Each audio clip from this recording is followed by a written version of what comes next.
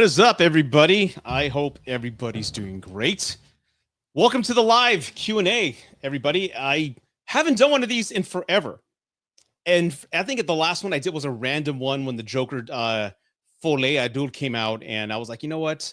It's been forever since I've done one. I want to go ahead and do one, talk to everybody, and kick 2025 out with a bang. So again, I hope everyone's doing well. I see a lot of stuff in the chat already. Sean, thank you so much for the super chat already. I'll get to you in a bit.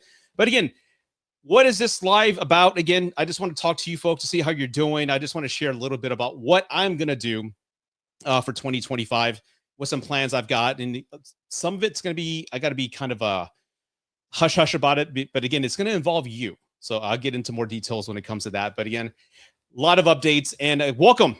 I can't wait to talk to you folks, but let me go ahead and go over some quick updates on the channel so you know. For whatever reason, I don't know what happened, but I'm going to share a screen here so you guys can see my channel. I don't know if you've seen this, but my channel is now verified, which is pretty badass. So I don't know how that happened technically. It's not a glitch. I do know through TikTok, I was somebody reached out to me that's a community manager on YouTube and said, hey, we'd like for you to do more shorts on YouTube because you had success on TikTok.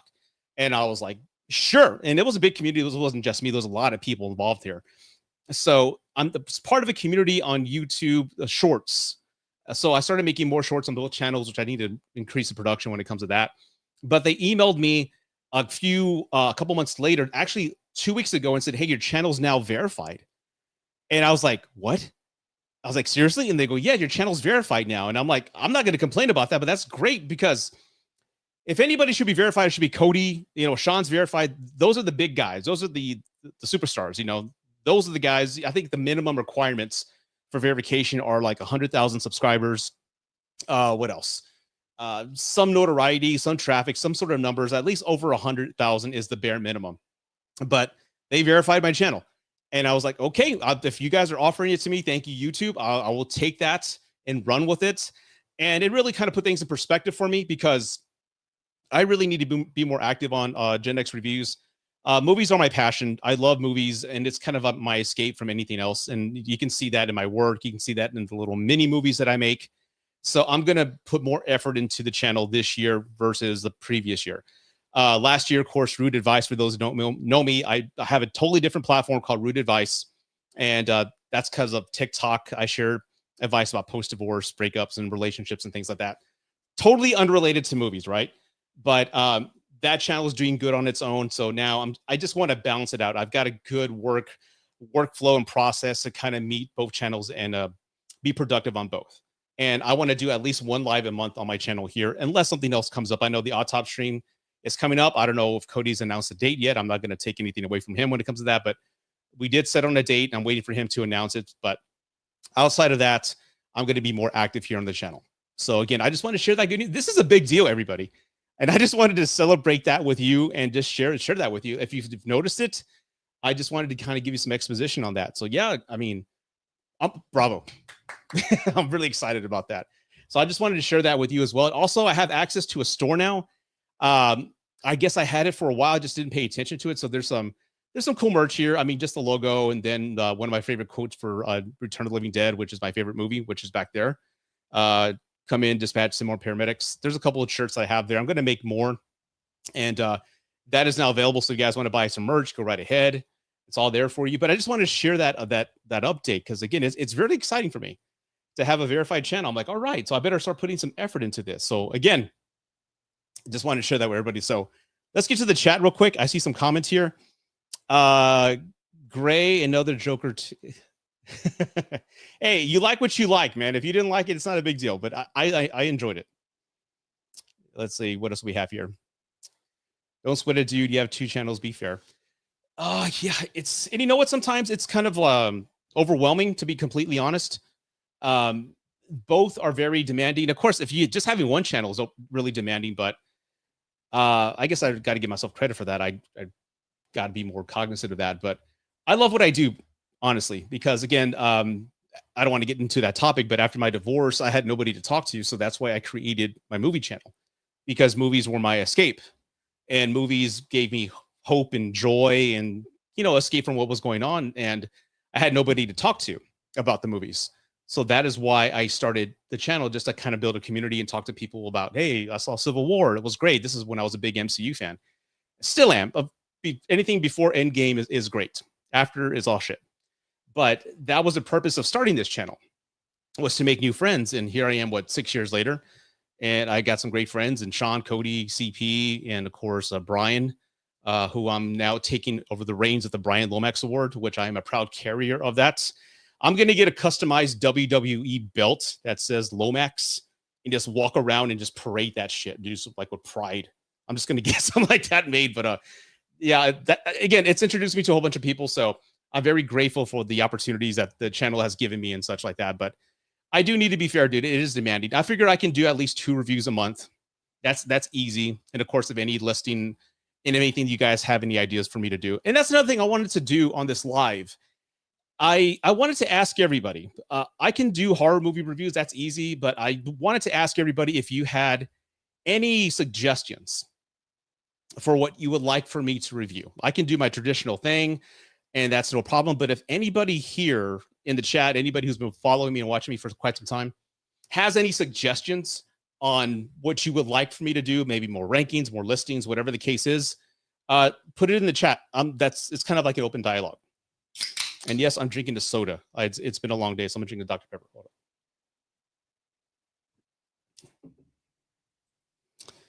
Thank you, man. I appreciate that. I really do. It is a lot of hard work. It's like two YouTube channels, a podcast, a Facebook platform that's doing really well. Root Advice on Facebook I got 118,000 followers on Facebook, and then TikTok as well. But of course, TikTok may be banned. But it's amazing how you find the time. If you love what you do and you love, if you have a passion for what you do, you find the time to do it. You just got to balance everything out and not burn yourself out. I appreciate that, Gray. Meta, what is up? Are you interested in seeing the new Wolfman? Yes, that looks really good, especially since it's the same director of The Invisible Man. That was a surprise hit, and it had no business being as good as it was. So I'm really looking forward to that. And plus, I love all the old Universal movies. I have a movie list back there, like all the Draculas. Me and my son would like to watch those old Universal films, because if you think about it, those old films inspired John Carpenter, Wes Craven, all the directors from the 70s who, made the classics that we grew up loving. So these were their horror movies. So I enjoy going back. And again, it's not as scary as it was back then, but I love and appreciate what they did with the tools that they had. They didn't have special effects. They didn't have CGI. They were just practical effects and just trying to figure out what to do. But yeah, that's definitely one of the movies I'm interested in. Absolutely. Sean, okay. DC movies ranked with Joker 2 on top. TikTok getting banned. I don't know what's going ahead. Yeah, that's true, man. I don't know. I've already kind of built, I have a great community on TikTok. Again, like I'm approaching 312,000 on TikTok. And it's a wonderful community. I love helping people. And that's what I'm here to do, everybody. This is my passion. This is what I love. I love talking about what I love watching, which is horror movies and movies in general. But I also love coaching and helping people going through rough times. I'm 47. I've been through a lot. I've seen a lot, and I've made it through. So that's what I'm all about, man. So I hope it doesn't go away, because if it wasn't for TikTok, to be honest, I wouldn't be here. I wouldn't be on as big as I was on the other place. I still would have been here, but it's opened up a lot of opportunities for me. So I hope not, but that's out of my control, right? We can only do with what's handed to us. Hey, Rocky, what's up, man? It's been a while. Your 5 favorite movies of each decade. That's a good list. I can say I don't know if it's, I need to really think about that, but if I were to name my favorite movies over the past 10, let's say 25 years, no, I'd say 10 years. I definitely, Blade Runner 2049 is up there. That's a movie that I watch all the time. Bone Tomahawk is another one of my favorites. Brilliant writing. Man of Steel, of course, I can say that. Justice League, Zack Snyder's Justice League is definitely up there as well.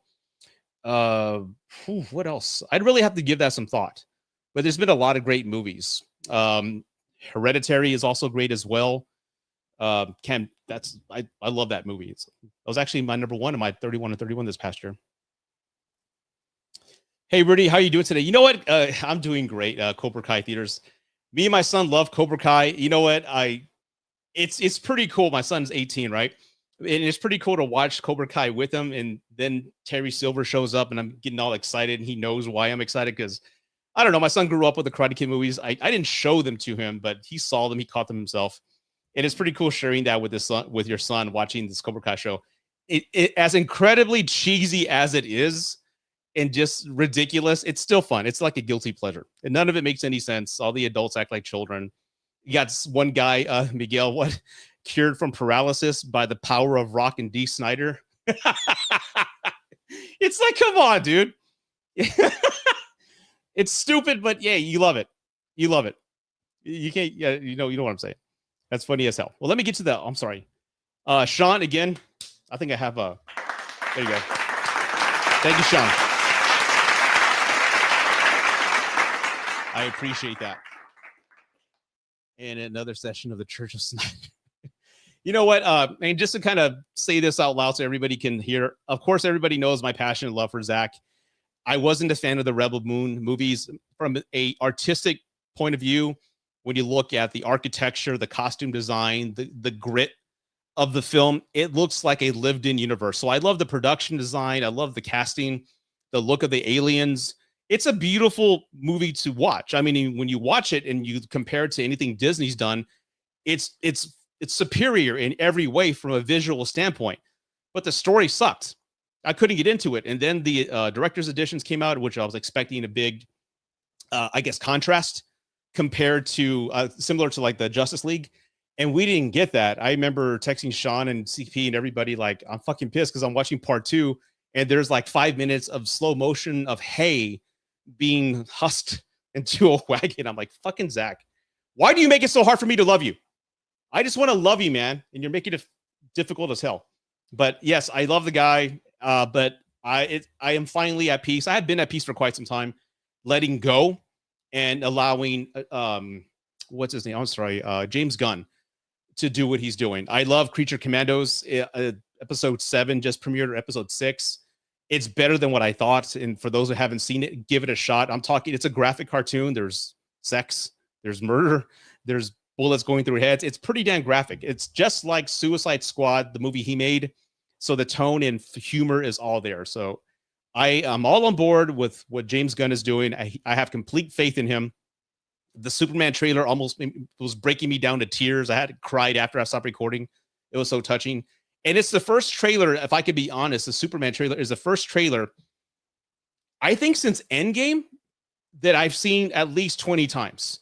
You remember, I don't know, this is just me speaking, but when it comes to trailers, I was just like everybody. I was all into the Star Wars trailers. I was all into Endgame and Infinity War. I think I saw the Infinity War trailer at least 50, 30 times when it first came out. But since then, there hasn't really been a trailer that's grabbed me. And I don't know if you guys know, but I will only watch the teaser. I won't see the second and third trailer because I think they give away too much. So that's just me. But again, this is the first trailer that I've seen in quite some time that I actually vested like a good couple of hours watching other people react to it. And it's a great trailer. It just lands and gives us the message and tone that we're all hoping that we would get in a Superman movie. So I'm really happy about that. I really am. But I'm all on board with what James Gunn's doing, and I'm ready to let go of what Zach has given us. So again, I am one of those rational-minded thinking Zach bros, Snyder bros. So again, that's just me. Let's go to some comments. There's a ton here. 1 second. Are you going to keep doing 31? Yes, I am officially part of the Autop stream. I had to stand outside Sean's house for like 4 days with no sleep or water. And then after I did that, they let me in, they shaved my head, and I was called a space monkey. And then I was able to join after a few tasks I had to go complete. But yes, I'm officially part of Autop stream, and I love it. I mean, I'm going to keep on doing it. The little movies, I hope you guys enjoy the short movies that I make. The short movies are only going to be on the Halloween episodes. Like, I know we have one in May coming up. We haven't decided on what we're going to do.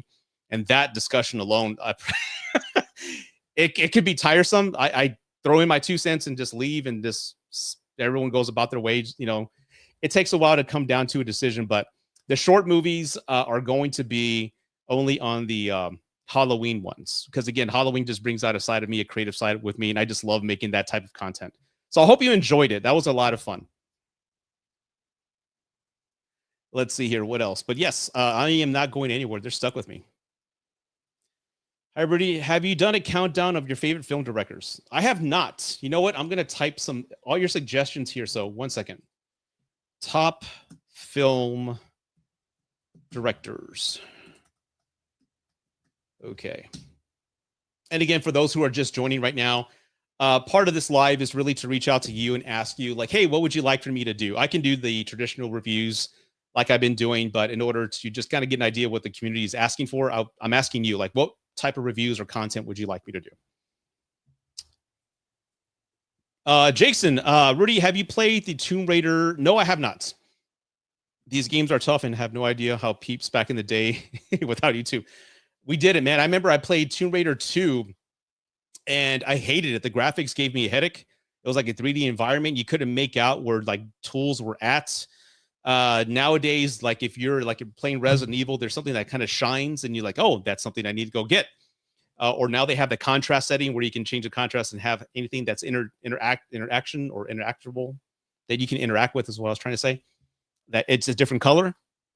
You have that now, but back then, no, it just gave me a headache. And after like 5 hours of just trying to figure out how to get Laura to go there, I'm on top of a mountain. Like, how do I get down to that tunnel? I don't know. I would just die. Those games are, in my opinion, nostalgic wise, they're fun, but they weren't fun for me playing it back in the day. The graphics weren't as great, and it was tough to make out what was going on. My Horror Unleashed. What is up, dude? Love your content. Looking forward to the 31 and 31 debrief. I think the Terrifier films would be a fun review series. Yeah, they would be, wouldn't they? I'm not going to lie, man. Those movies are fun, but after one watch, I'm good. It's a lot to take in. It really is. I mean, I think I saw Terrifier 2 twice. Once at the theater, and then Cody had a watch along, and Charles and I were there.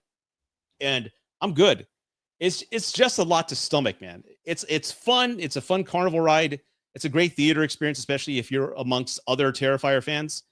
But it's not a movie that I'm cleaning the house. You know what? I'm just gonna put Terrifier on in the background as I mop. It's not one of those movies, dude. Not at all. So yeah, I mean, I think 2 views is enough for those. It's a lot to stomach. Let's see here. Yeah, it is really good. I absolutely love it. For those who haven't seen it, it's on Max. Check it out.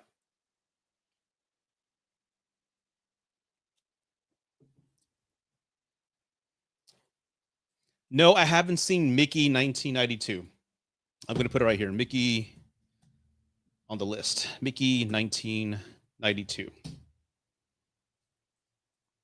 Sean, I would argue that the BVS Ultimate Edition and Justice League Director's Cut, Henry Cavill had a complete arc along with most of the league. Yep, I would agree with that. Batman was just what he was. He was bitter after 20 years of Gotham and not doing anything. He lost his faith, and then Superman's death kind of restored that. I love the line where Ben Affleck tells Alfred, Faith. I was like, oh shit, there's his art. It's complete. I mean, I know it gets a lot of hate. I know those movies aren't for everybody.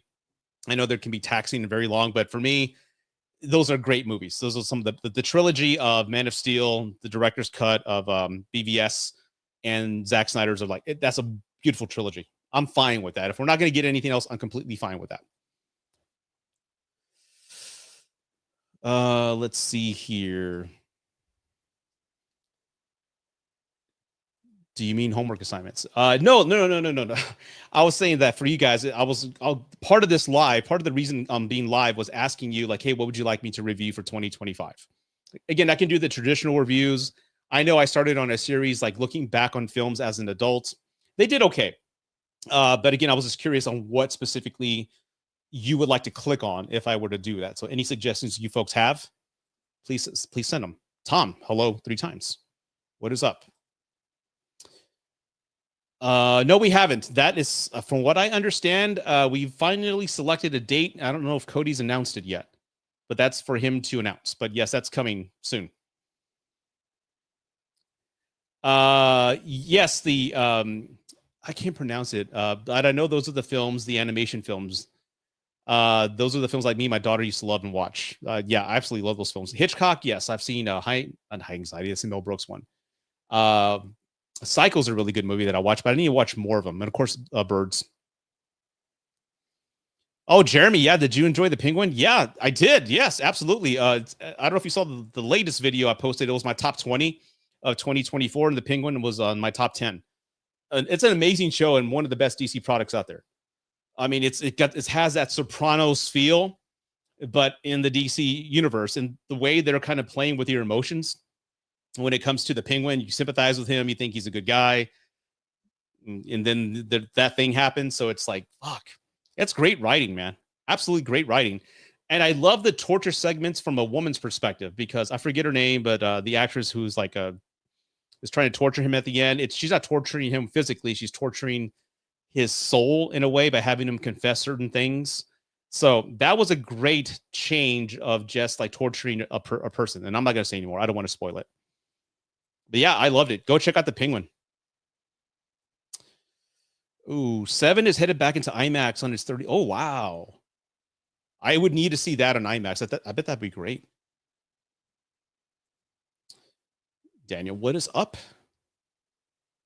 What are my thoughts on the Batman 2 delayed another year? It'll kind of piss me off, to be honest, because what is that, a 5-year gap between the first movie and the second? And I don't know what the reasoning is. I haven't kept up on Twitter to see what the discourse is, but I don't know if they're delaying it because James Gunn wants to see how Superman does.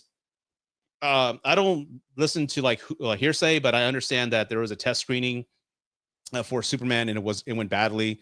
I don't believe that shit. I mean, like I said, I trust James Gunn. I really do. There's not one film that he's done in the past 10 years that I have not loved, or the movie that he was involved in or produced. Everything he's done, I've loved. The Guardians of the Galaxy trilogy, in my opinion, is some of the best films of the MCU. I truthfully mean that. But I'm curious if they're doing it to see how the result of Superman is, or if they're still deciding whether they want to bring him into that universe or do their own. I don't know. But that's way too long. But I'm a patient guy, so to me, the years fly by like months. So we'll see what happens. As long as it's a great product. I mean, if it's anything like the original Batman, I'll be happy, because in my opinion, that Batman film in 2021 is a masterpiece. It's a masterpiece. It really is. That whole sequence, I remember seeing it in IMAX, and I hardly ever see a movie in IMAX. Hardly ever. And the fact that I get to see or feel the Batmobile start up with that engine, that is ear porn, dude. Oh my God. I was like, oh, I will never forget that moment, just hearing that engine rev up, man. Amazing. Let's see what else we have here. Speaking of Superman, did anyone see? Oh, that was also on my top 10 of my top 20 of 2024. This one made me cry.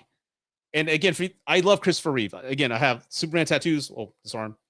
A whole arm full of Superman tattoos. See, there's one right there. Christopher Reeve was my hero, just like many, possibly maybe Iron Man is your hero, whatever you grew up with, Jurassic Park, Toy Story, whatever the case is. So that was my superhero movies growing up. So Christopher Reeve was my hero, and I was in senior in high school when he had that accident. And I remember crying when I heard about it. And then when I heard he died in early 2003 or something, I cried again. So it's one of the most inspiring documentaries I've ever seen. And that's why I said in my video that I posted yesterday that I order you to go see it. Out of all the 20 items that I spoke to in that video, this is the one video I'm telling you to go see. It's an inspiring story, even if you weren't a fan, just to see what he can do as a paralyzed man. He still was directing. He was still acting. He inspired other people who were in his position to not give up. So it's an inspiring story, and I think everybody needs to see it. But I absolutely love it, man. Absolutely. Let's see here. Gavin, what is up, man? Good to see you. Hey, Zach Pope. The actual Zach Pope is here, man. Happy New Year's to you and your family. How's it feel to be a dad? It's life-changing, right? It's a wonderful thing. Congratulations. Thank you, Zach. Kevin, I'm hoping my local movie theater shows One Flew Over the Cuckoo's Nest for its 50th. That's a wonderful movie as well. I love that. That movie and Cool Hand Luke are very similar. you have an establishment of people that have given up on hope and forgot about life, and then somebody comes in and rejuvenates them. Similar type of themes. But I love both those movies, but that is absolutely one of my favorites. I cry every damn time when Chief picks up that sink and throws it out the window. Daniel, thank you for that super chat.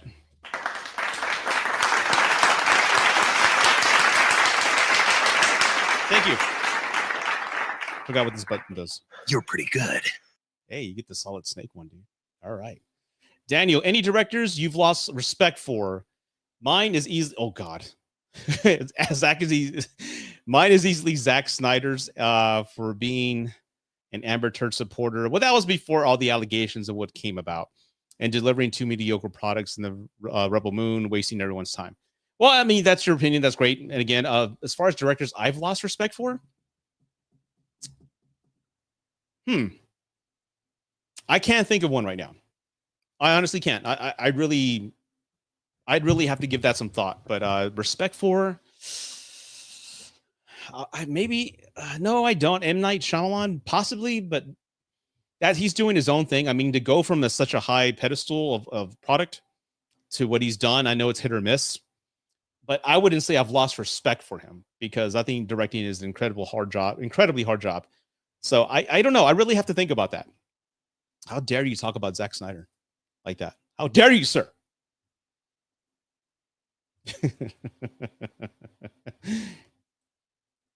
Hold on, what did I leave? Life-changing and the best thing in the entire world. Yeah, man, it's a wonderful experience. It changes you forever, and they'll fly by fast. Before you know it, they'll be in college. Like my daughter about to graduate. Like, my God, man. What's my favorite Michael Mann movie? Oh my God, Collateral.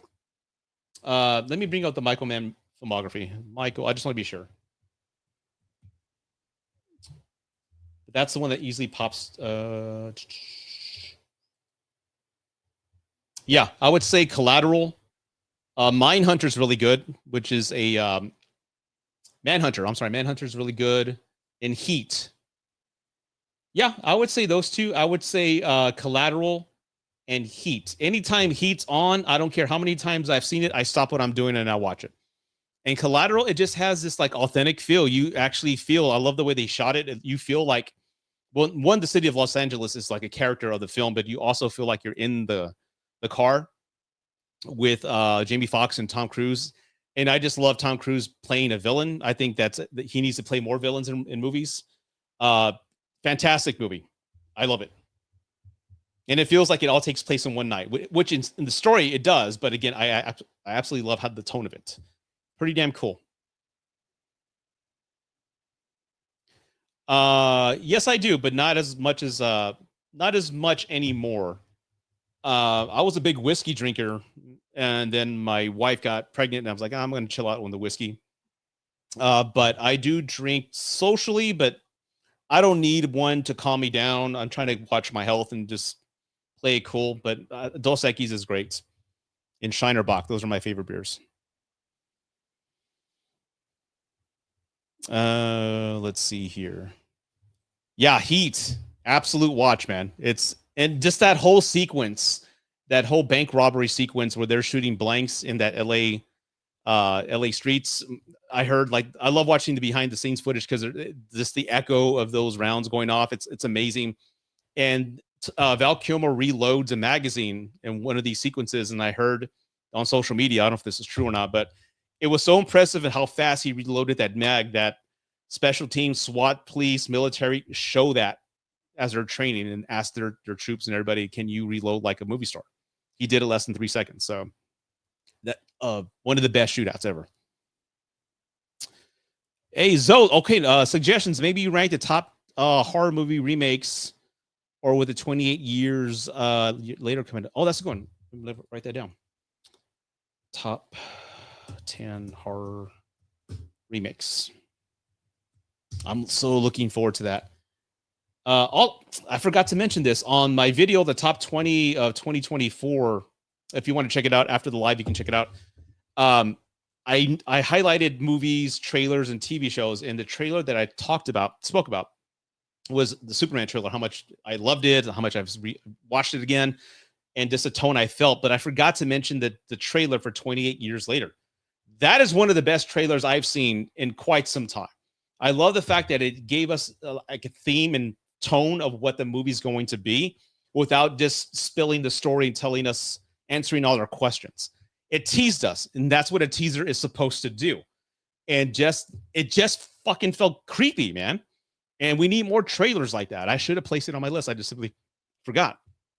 And apparently that poem that's being read, again, according to social media and Twitter, that's a poem that a lot of military personnel train their soldiers in when it comes to psychic torture, like mental torture. They play that over and over again for days. But yeah, that trailer is one of the best trailers I've seen in quite some time. So Hollywood, if you're listening, which I doubt you are, we want more trailers like that. That was unbelievably badass. Oh, another super tip. Thank you, Daniel. If you were offered $5 million to star in the new Green Lantern show with Sean, Cody, Brian, and Charles as lanterns, would you accept? No. Of course I would. Yeah, I definitely would do that. Absolutely. Thank you for the $5 super chat.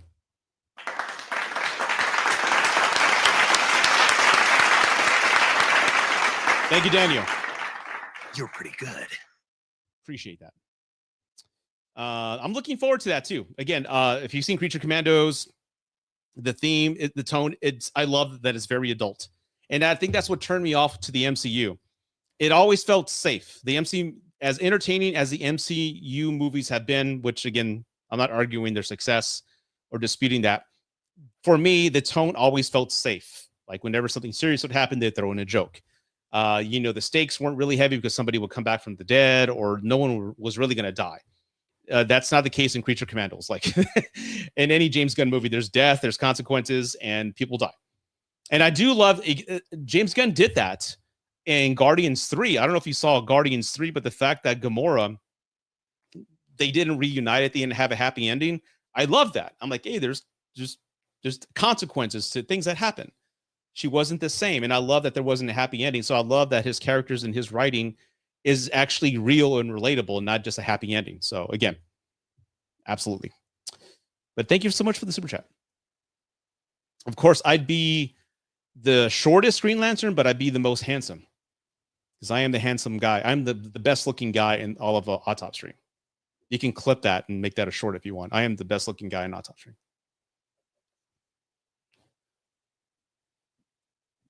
No debate. No debate whatsoever.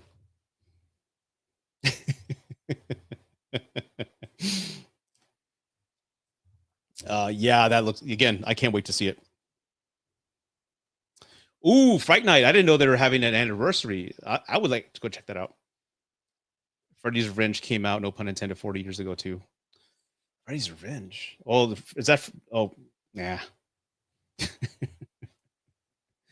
Oh, Freddy Part 2, you mean? Oh, Freddy's Revenge. Yeah. God, I know. And I'm also the oldest guy in our top stream, being at 47. But I look good. Heart Eyes look something interesting about Tiny Slasher. I hope they land. You do. I need to look into that. Heart Eyes. Let me write that down.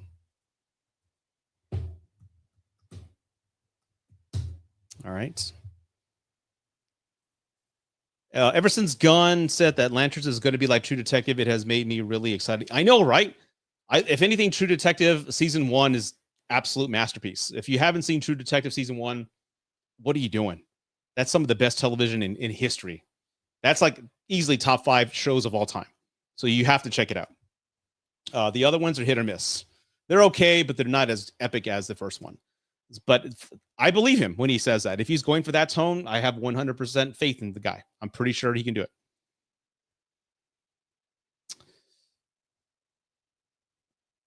Yeah, part 2, Freddy's Revenge, yeah. Rudy stepping on toes, walking through the autopsy door. Eh? I'm just saying facts. I'm the best looking one.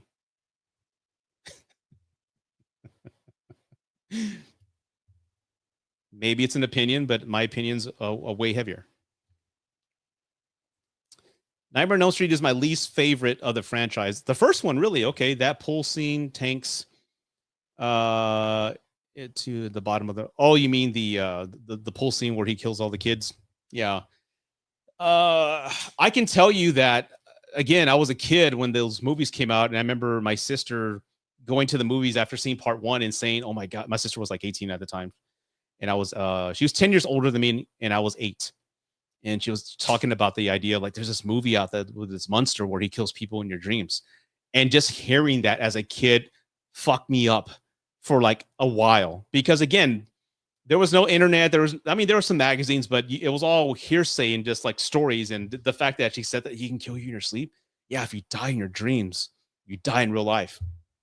So it's like, it's just like folklore. Like, oh my God, I didn't know about this. So the one that scared me the most was Freddy's Revenge because I was a kid and just seeing Freddy come out of some guy's stomach. And that was insane. Something is trying to get inside my body. That guy. Something is trying to get inside my body. It freaked me out, okay? It freaked me out. I would leave the room after seeing it once. It gave me nightmares, and then my cousins, like, that's how you bullied kids in the 80s. They put it on replay and rewind it and force you to watch it. It's the truth. That movie scared the hell out of me. Now I watch it now, and I just appreciate the technique and how they made that look so convincing. We'll see, bitch. So thank you for that. Do you prefer Jason or Freddy? Freddy's got personality. He's funny. Jason is just very stoic and stands there. He's brutal. Kind of like Michael Myers, but Freddy's got more charisma, more charm. He's got more one-liners. So, I mean, if I were to be a monster, I'd be like, ha, ha, ha, ha. You know, the fact that he laughs and just picks on kids, it's pretty damn funny. I mean, come on. We'll see, bitch. Imagine having a dream and you hear that. Like, what? Who the fuck's this guy? Yeah, but Michael Myers is a king. Yeah, he will forever give me nightmares. Let's see. My cousin Kirk, who was an open gay man, said, yeah. And I didn't see any of the, I guess, of those references as a kid. I didn't see it at all. And I didn't think about it until, I guess, it was out. And I think the actor, I forget his name, but he did a documentary called Scream Queen, I think. I saw this about 4 years ago. It's a great documentary, but it's about him, how he was really gay and just, he couldn't be vocal about it, but he was playing that, and they were saying on set that it was like a gay guy or something, like hiding, like battling his I guess, what he wanted. I guess those are the innuendos. I don't know. But I didn't see all that until late in my life. So like, oh, wow. So that kind of makes you see it on a different level. Now, are they bullshitting just to kind of add a narrative? Maybe. I don't know. But again, I got to stop saying but again. That's one thing I wanted to talk about real quick. I know I say but again a lot. And I know on the comments, you guys like to call that out. That is just one of my transitional phrases. Okay? So deal with it. That's just what I say. It kind of helps. It kind of helps with my ADHD brain. Okay. It kind of helps like stitch sentences together. So, but yes, I'm cognizant of that. I will stop saying, I will try to keep the but agains not as often and frequent as usual. Okay. Oh God. Thank you for the, super chat.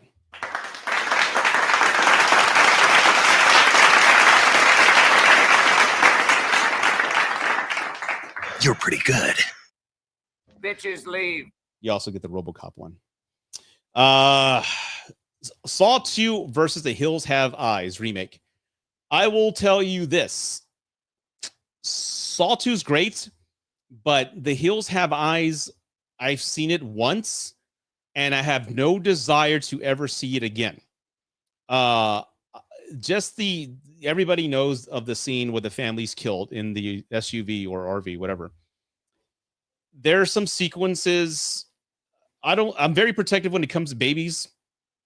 And the fact that they point, at a baby's head, I think, or toward a baby, and there's a pregnant woman, and you know what that guy does to the pregnant woman, and then in the background you see a young girl getting, raped.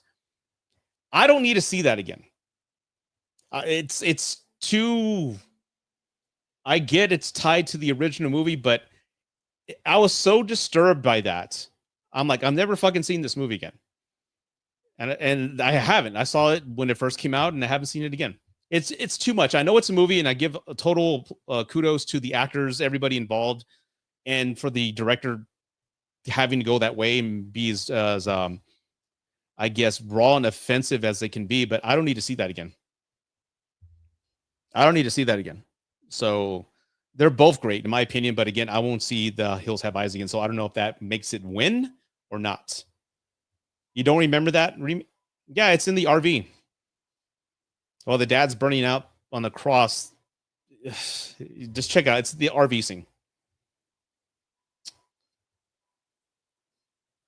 Let's see here. Well, thank you for the super chat. Appreciate that. You'll never have nightmares with Freddy because you'll never. Yeah. Let's see what else do I have here. Thank you for all the super chats. I really do appreciate that. Pizza rolls. How would you feel about a 31 on 31 Schlock edition?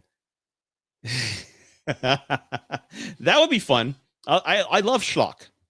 Schlock is fun. Like one of the hobbies the wife and I have. I'm married, by the way. I love the fact that she and I can watch a shitty low budget movie and just chill out in bed. We saw this movie called Street Trash, where there's like this drink that was like in a wall and they're selling it to homeless people. And they drink it and they melt. It's kind of like the special effects in the stuff. But yeah, we watch shit like that. So I love that. So I'm a big fan of Schlock. I don't know if Brian would be down, but the Human Centipede, I've seen 1, 2, and I think the third one. And it's like, I'm good. I don't need to see more. Have you ever played Outlast? Yes, I have, and I got as far as the lobby. I think it's too damn scary. Yes, I said that. It's too damn scary. It is dark, and it gets me sick. For those who don't know, I can't play first-person perspective games because I get motion sickness. I was never like that as a young guy. So playing Call of Duty on the PlayStation 2 or like, what are those other games? Red Faction, things like that. Those never got me sick. I even played Halo with my nephews. Never got motion sickness. It wasn't until I became an old bastard where I get motion sickness now. Like it took Resident Evil 7. It took me a good 6 months to beat because I can only play it in 1 hour increments. And after that, I had like a huge migraine. My heart's pounding and I felt nauseated. So I can't play first person perspective games. I think this is a byproduct of getting old, man.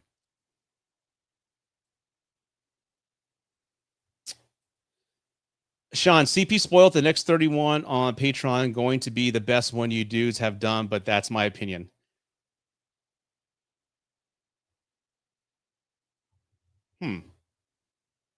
Lying bitch. Yeah.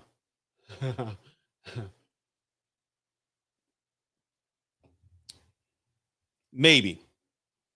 As the new guy and the only Hispanic on the team, I kind of keep my mouth shut. Maybe. I don't know. Maybe. We'll see. We're all creative. We have fun, right? We do our thing, but we'll see. We'll see.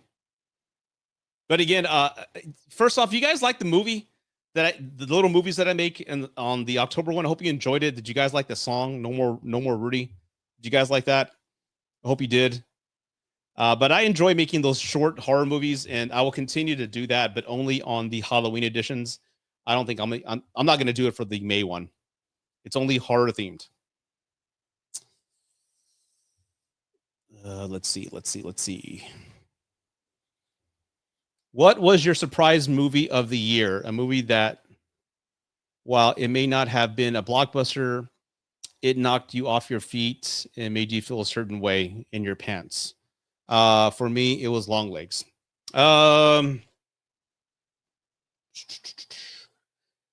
one movie that I didn't hear about until, and again, I'll throw his name out there, Cody. He says, you're going to love this movie. I know it's going to be your favorite movie of the year. and I didn't hear a thing about it. It was The Substance. That movie is blew me away. I didn't see it coming. I hear about it. Like, Demi Moore, isn't she retired? Like, really? She's in this? Okay. Boom. I bought it on digital. I need to buy the 4K when it comes out. But yeah, The Substance was amazing last year. I just love I love satire. Like Blazing Saddles, that's a satire to, like, at the time, the racism of America. And The Substance is a satire of the male gaze in Hollywood and how Hollywood worships youth and beauty. And once a woman ages out, they're no longer relevant. So I love that it's based on, actual themes in the real world, but it's just taken to the extreme. And I love body horror too. So the fact that third act and, what happened before, I love that as well. And again, without spoiling things, I know, but there's rules that are you have to abide by. And if you break the rules, there's consequences. And I love the fact that this is a minor spoiler, but not a big spoiler. But the younger version stays out longer than she can. And when she comes back, there's like a detrimental, I guess, injury on Demi Moore. So I love that fact that that's true. I mean, for those, as an older guy, if you party and do a lot in your youth, it's going to come up and creep up on you when you're older. You're going to have some aches and pains here and there. Like, oh my God. So The Substance was amazing. I loved it. Let's see. What else did I get here? Did I miss a super chat? Let's see. No. Annie's boyfriend from Halloween, Paul. What was so special about it? I don't know. Oh, Paul. Wherever that song went, she goes from the lock keys to now it's unlocked. That's a good, you know what, that Kevin, my God, that's something I've never thought of. Never, not once ever thought of. So I have no idea.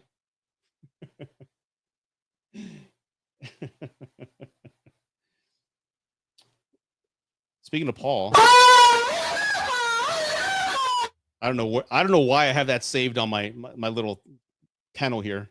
Oh, sexy girlfriend. There you go. Like a radio DJ. Are you introvert or extra? Believe it or not, before COVID, I was an extrovert. Post COVID, I'm an introvert now. I can only be in social settings for a short period of time. Then my anxiety kicks in. Like, were you at work, man? My bad. I may do it again, Mr. Haas. But anyway, post COVID, I guess I became more of like an indoor troll, and I'll go and socialize with friends and all that. But I have a social battery where I can only be out maybe 2.5 hours. And then after that, I just get really quiet and distant, and then I want to go. And then I'm really forcing myself to be out there. So I don't know. I was, and I guess I changed.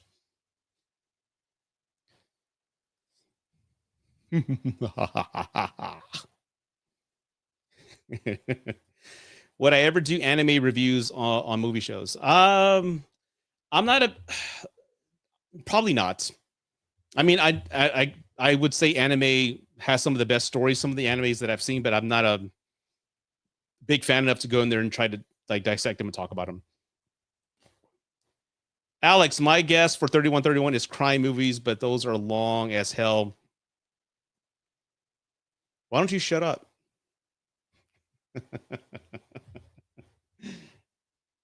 I'm not saying a damn thing. There you go.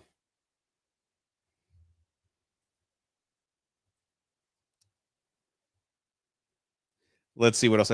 How would you rank the Nick Cage trilogy of action movies? That's a good one. I love Nick Cage.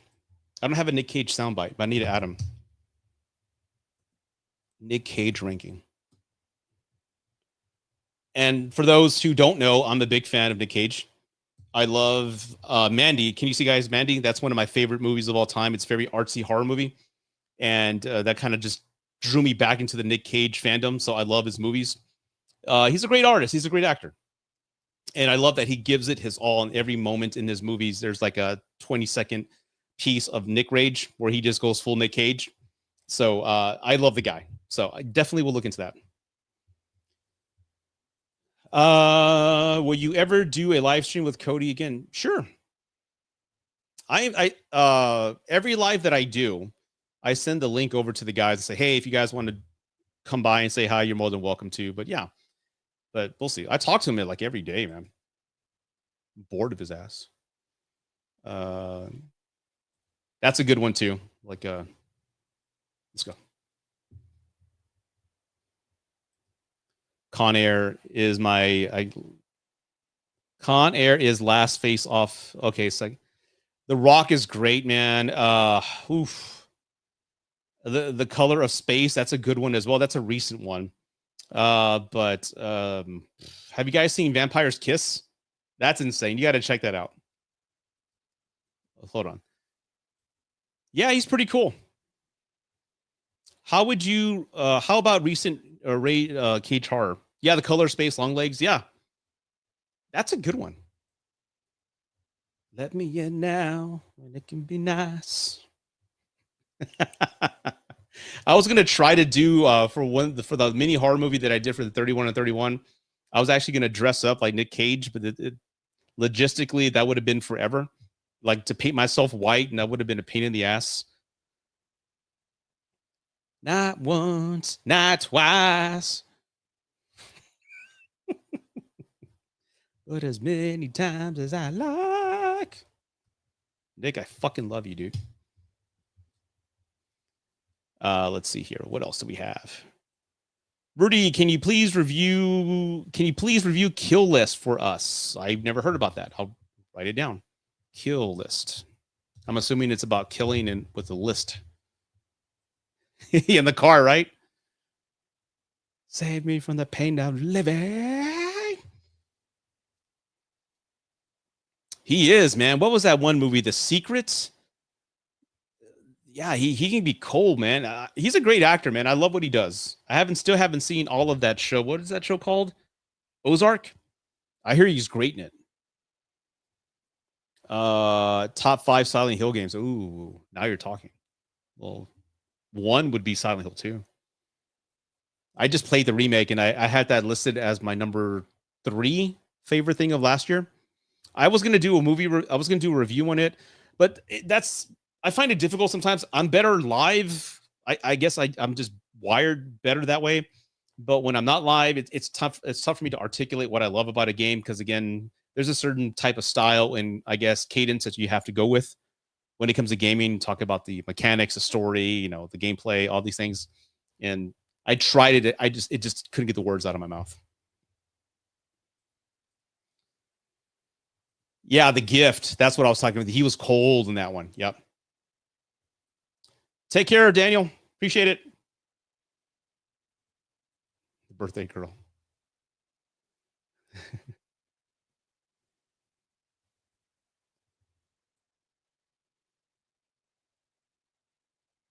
Let's see. What else did I miss here? Hey, Sean, something's going to be announced. All right. Soon. Bonjour. Hello. Welcome to my random Q&A.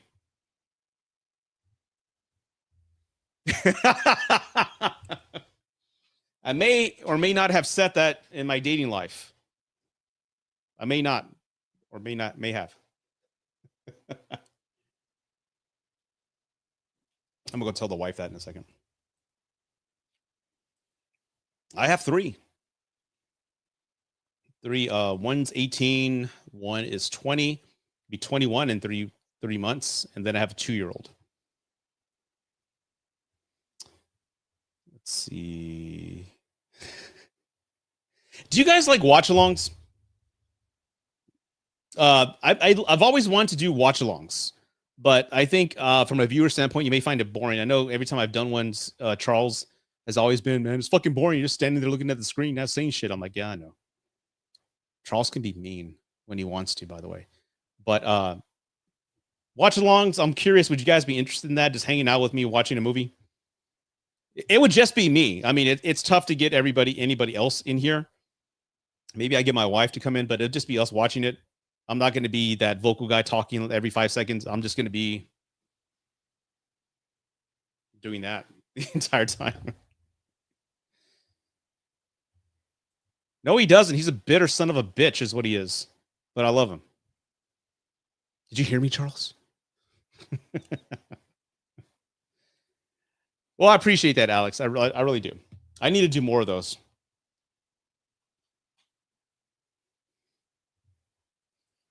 And that's why I love the guy.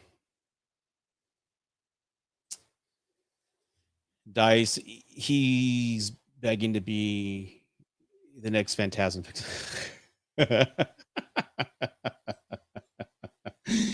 Resident Evil 6 is pretty badass. It's the worst. It's the worst RE game. Both Revelation games take that title. If you ask me, I love Mercenaries and Part 6. I played Part 6 for like a good 4 hours, and then I was sick of it because it didn't feel like Resident Evil. It felt like a Call of Duty game. Like there's too much action. Like I will forever say this. I will die on this hill. Okay. Resident Evil 1 is the best. I don't care how graphics suck in the mechanics. You got to do the tank mechanics. It's the best. Part 2 is amazing. The best remake of all time, in my opinion, is the remake for the GameCube, the Resident Evil 1 remake. That is the best Resident Evil game of all the catalog. Now, why am I saying that? Because Resident Evil, to me, being the guy who bought a PlayStation when it first came out and then bought Resident Evil, it's survival horror. That's the whole point. It's survival horror. You have to go. You have limited ammo. You got to be careful. You can't just go in guns blazing, and you have to be very safe, right? That's the whole point of these games. It's not doing fucking backflips and jump kicks and shooting out a whole entire village. Now, granted, Resident Evil 4 is fun. It's dopamine personified. Like I can't stop playing it. The remake for RE4, I couldn't put the controller down. I played it over and over again and like beat it at least 4 times. It's fun, but it's not scary. At no point it's scary. Part 1 scared the fuck out of me in 1996. All that. There was nothing like that existed before that. So it terrified me. I was scared to play it as a 19-year-old. I was scared to play these games because I didn't want to get eaten alive by zombies. That's how terrifying the game was at that time. And then the RE1, it introduced mechanics of like if they attack you, you had like a grenade or like a shocker, a taser, or dagger. That was a new mechanic. And like, oh wow, now that you can kind of like there's a defensive mechanic there that didn't exist before. And just you can go put on right now Resident Evil 1 for the GameCube and play it now. And those graphics, in my opinion, are better than some modern games that are today. And it captures the tone and feel and terror of the RE1 game. That is, to me, what Resident Evil is all about. And again, Resident Evil 4 is great. It's fun, but it's not a Resident Evil game to me. I may have pissed off a bunch of people. I don't give a shit, but I'm just being honest. And that's my rant for Resident Evil. So thank you for bringing that up, Jason. Part 6, like I said, I played a little bit, but then like I saw Leon running. There's like all these cars flying in the background. What is this, like a Michael Bay movie? What the fuck am I playing? Boo, boo, boo. Bitches leave. Oh, Dice already got that. My bad. Okay. Hello, Dice. What are we talking about? Balls. What would you want to do a watch along to? Did I read that right? What would you want to do a watch along? I don't know. Just a random movie. Like, hey guys, we're gonna watch. I don't know, Porky's 1. No, I'm not. I'm just kidding. It'll be something relevant, like a movie that I haven't seen before. But again, you want to know why I like doing watch alongs? It's because one of my favorite programs. This is how much of a nerd I am. Is Mystery Science Theater, and I love the fact that these guys. Like, granted, it's written. They're comedians. I love the fact that they watch these movies and they kind of laugh along at what's happening to them or what's happening in the movie. I like that format. Like that's what I was in high school. When I was in high school, that's all we watched on Comedy Central. So I like that, and I've always wanted to kind of adopt that here. But I don't know. I still haven't really maybe made a strong effort. But Jesus, really? But in my experience in doing them, if it's a good movie, you're just sitting there quiet watching the movie. You're not really interacting with the audience. It has to be a bad, funny movie for it to be entertaining. But that movie's pretty hardcore, man. I saw it about 8 years ago. I love the score, but that scene with the animals, like, whoa, that's a real animal. That's what really I checked out. Oh, Resident Evil director's cut. That was bad. The score was stupid. I didn't like that at all. RE1 was the first game that made me feel like I was. Yes, you sound like you're my age. Yes, that's the first time I've ever felt like I was playing a horror movie. Perfect. Thank you. I own quite a few RE games, just haven't completed any yet. Where should I start? Yeah, I mean, I would suggest that that's the best one.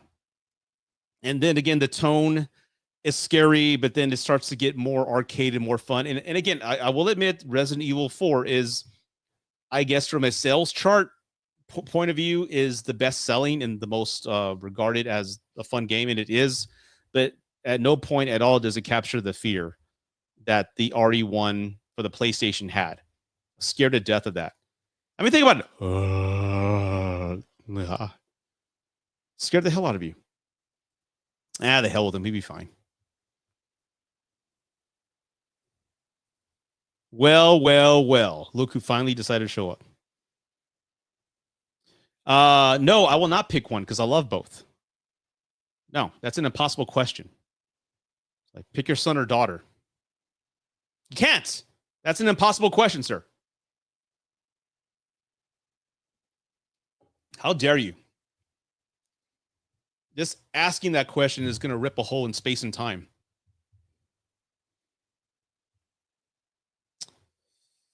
Oh, let's see here. Madam Web. I would only do that if I can delay the audio, so as I'm talking, the audio's not matching my lips. I think that would be the best way to watch it. Like, how's everybody doing today? We're going to watch Madam Web. You just turned 46. Well, I'm 47. I'm pretty sure. Congratulations, sir. You're like one of my tribe. So welcome aboard. And I'm pretty sure you're just as handsome as me. Let's see.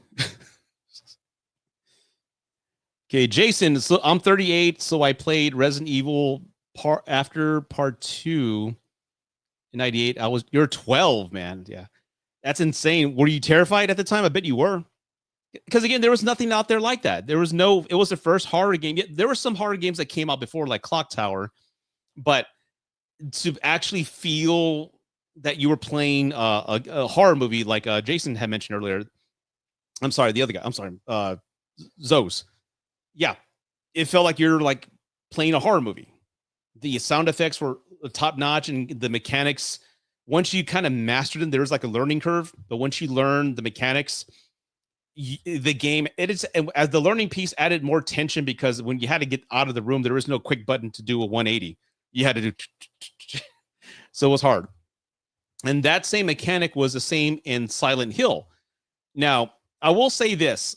Oh God, I lived in a wonderful time. It was Resident Evil 1 came out, I think, 96, and then in 98, at 98, 99, RE2 came out, which was a fucking amazing game. I mean, 2 games, 2 scenarios. You had 4 games you can play as far as replayability with scenario A and B. But then Silent Hill came out, and it wasn't really a big hit. I just saw it right there at Electronic Boutique. You guys probably don't know what that is. It was EB Games, and before GameStop. I'm really old. Anyway, and I bought it, and I remember playing it, and just the fact that you really couldn't see anything past the fog and just the atmosphere and the sound. It was the first game that really fucked with my imagination.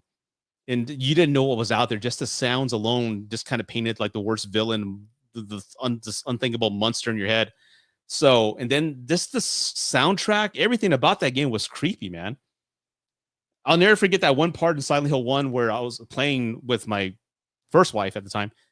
And you go to a phone and you pick up the receiver and there's nothing on there. And he hangs it up and he turns around and he's about to go through the door and then the phone rings. And like, holy shit, that's fucking amazing. And he answers it and he hears his daughter crying. I'm like, oh my God, that's messed up. So, yes, I think Silent Hill is a different type of terror. It's not like Hollywood zombie terror. It's like psychological Jacob's Ladder terror. And that's my type of horror, psychological horror. Let's see here. You're 4 years old. You're watching Rugrats, right?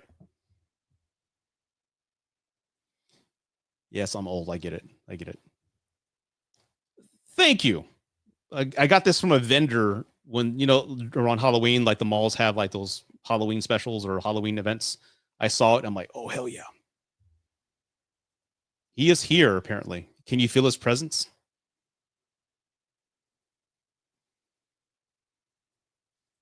Yeah, we should all face away from the camera. On the Madam Web watch along. Just kind of point. I like that idea. I like that. You're pretty good. Not everybody gets a soundbite, by the way. It's either a super chat or you have to make me laugh where you get a nice little soundbite.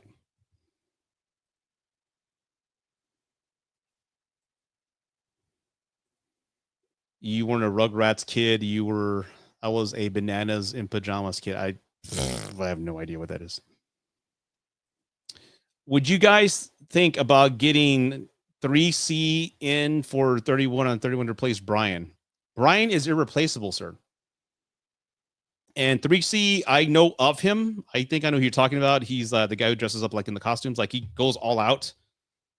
Awesome dude. I think he's got 1 million. How many followers do he have? 1 million? I think he's approaching 1 million on TikTok. He's kicking ass on TikTok. So bravo. I'm not him. I'm not that guy who would reach out to him. Like I said, the superstars on the team are this guy and Sean. Like I am irrelevant. I'm on the bottom of the totem pole when it comes to that type of reach, but I don't know, maybe. Oh yeah, let me add clarification, by the way. Thanks for bringing that up. Brian isn't leaving. He's just not doing the Halloween ones. He's going to do the May ones, but he's not doing the scary movie ones. And I will be the spiritual successor for him, praising Zack Snyder and all that other stuff. Sorry, but I don't know why people keep saying that. It's the internet, man. People hear something and they run along with it. I don't know. But yeah, to reinstate again, he isn't leaving. He is just not, he's taking a break from the Halloween ones, the scary movie ones.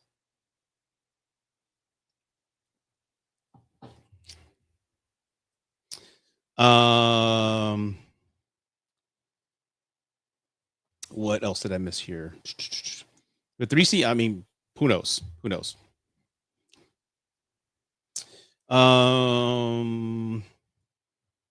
What else was I going to bring up here? Oh, just real quick, I'm going to bring this up while I'm waiting for more comments here. More details are going to be coming, but I love making short movies, like 5 minutes long. If you go to my channel, I got to create a playlist. I made a Silent Hill tribute movie with my wife about 3 years ago. It was like a reenactment of PT. I've done a short movie with my daughter. And just recently, the 3131s with Halloween, I make little short mini movies during the video. So there are talks right now with me being involved with a Comic-Con here in San Antonio. And they're going to do a horror movie film festival where anybody can submit a 10-minute or less horror movie. And I get to judge it along with some other people from the filmmaking Austin area. So more details to come with that. So again, if you like making short movies and you want to participate in that, I don't have any details right now, but that is in the works. So I'll make an announcement probably in February. So if you want to submit your film to a horror movie Comic-Con, it's going to be pretty cool. More to come with that. Gavin, Rudy, how confident are you getting that third Lomax award? I'm not a betting man, but yeah, I'm pretty sure. I would be shocked if I didn't win.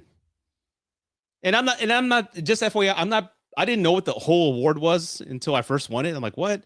And apparently it's the person who's placements are such a far distance from the rest of the group that you're the outlier. I've always been the outlier in my life, so it's like it's not intentionally or purposely trying to be one. That's just me. So I'm pretty sure I'm going to win it. What do the odds in Vegas say? I'm curious what they say.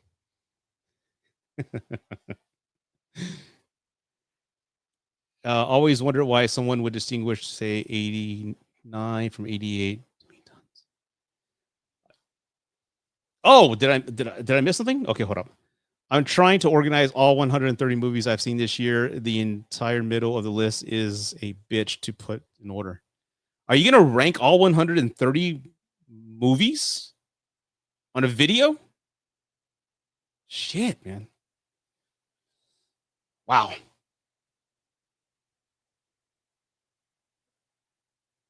Excuse me while I whip this out.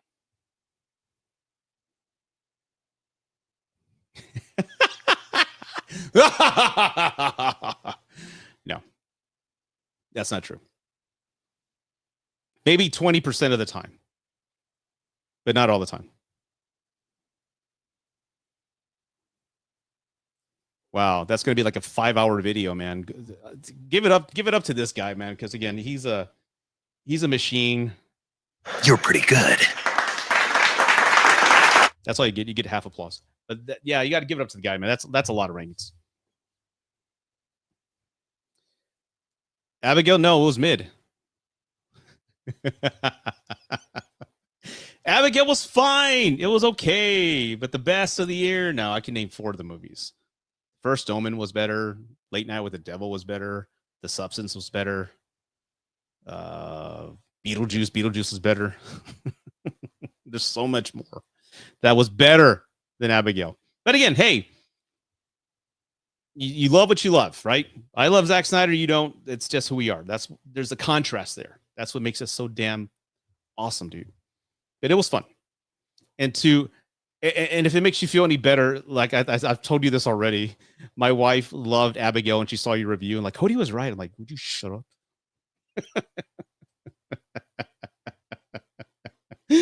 Oh, God.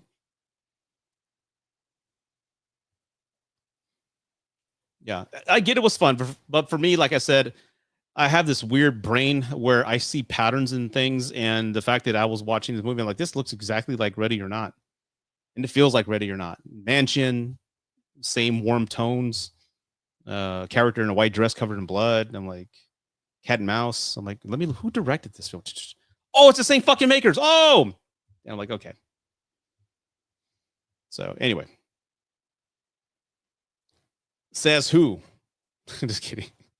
I got Beetlejuice as my number 1, just barely beating Abigail 2. And saw them both in theaters 5 times, dude. Wow. Pretty damn good. Beetlejuice is on Max now, but I loved it. I thought it was just as good as the original. I absolutely had a great time with it.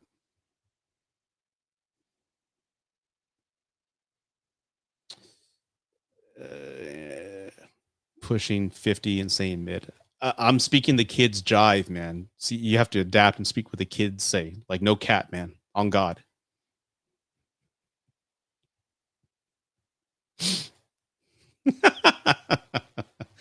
Nosferatu is better than... Oh, yeah, I would agree. I mean, but again, Nosferatu is not for really mainstream audiences. I mean, it's a film. It's cinema, and it's made by a quality film director. And it's not for everybody. It's going to bore some people, and that's perfectly fine. I'm not downplaying anybody's taste in films or anything like that. But yeah, I would agree. It was a much more compelling film. It had more of an eerie atmosphere to the film, and that's what I love about films. I've said this many times. I've said it in my reviews that what I want in movies is to escape. And we've all been in that moment in a movie where you're so just invested in the movie that the people don't exist around you. You're not thinking about bills or your kids. You're not thinking about anything. You're just in the world of what's on screen. That hardly happens to me now. Hardly ever. I'm either like bored out of my mind or I look at my phone and start texting people. When some movies I've checked out on. And this is one of the first movies since I think The Substance in a while at the movies where I was just vested in it. It's such a creepy world, and it's done beautifully. And the architecture, the set design, I couldn't tell where the sets ended. and where the CGI began. I know there was CGI, but I couldn't tell. Skarsgård's voice. I mean, I didn't see or hear Skarsgård at all in that performance. Very similar to the Colin Farrell in The Penguin. I couldn't see him at all.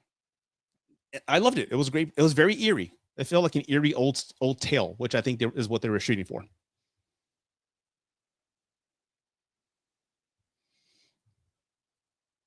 I think they call it brain rot now. See, Cody, it's brain rot. Excuse me, I speak jive. Chump don't want the help. Chump don't get the help. Sucker done got no brains anyhow. Every time it's like I feel physical pain. It's like your parents, right? Trying to speak hip and cool to you. I get it. Speaking of Nosferatu, it's very fucking cool that I have 2 vampire films in my top 10 of the year. Oh. I was like, what's the other one like? Oh.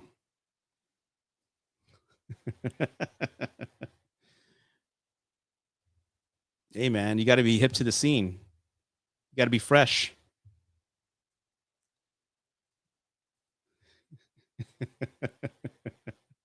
Rudy has an urban dictionary bookmark every time he hears someone. Well, I will admit that the whole no cap thing, I was like, what the fuck does that mean? No cap. Are they talking about typing in all caps? What the fuck? So I had looked it up. I'm like, oh, that means like quit lying. So anyway.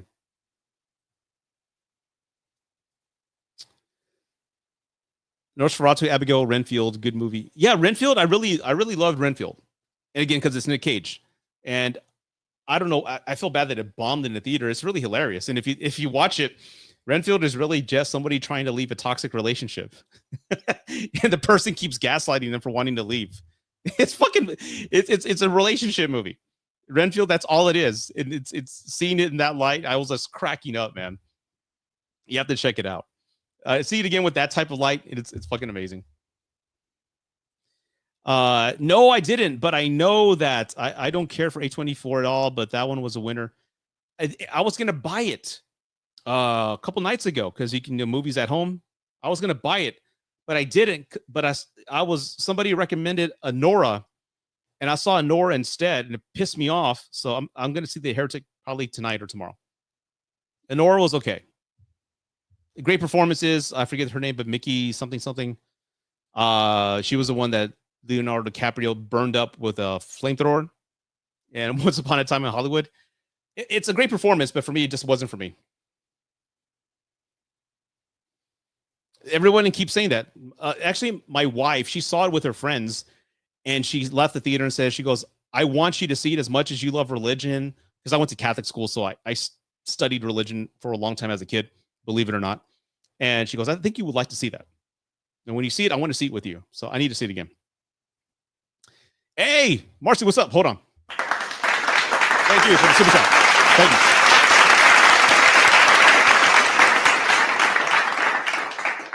You're pretty good. Thank you. No cap. I don't use slang terms. Oh, how dare you. Skidby Sigma? I know what that is. Hold up. Isn't that fucking head that's in the toilet? See, this is the way my brain works. Hold on. SKI.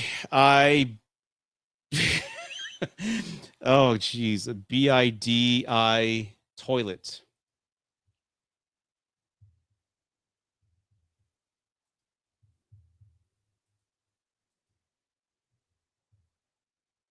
Why do kids like this shit?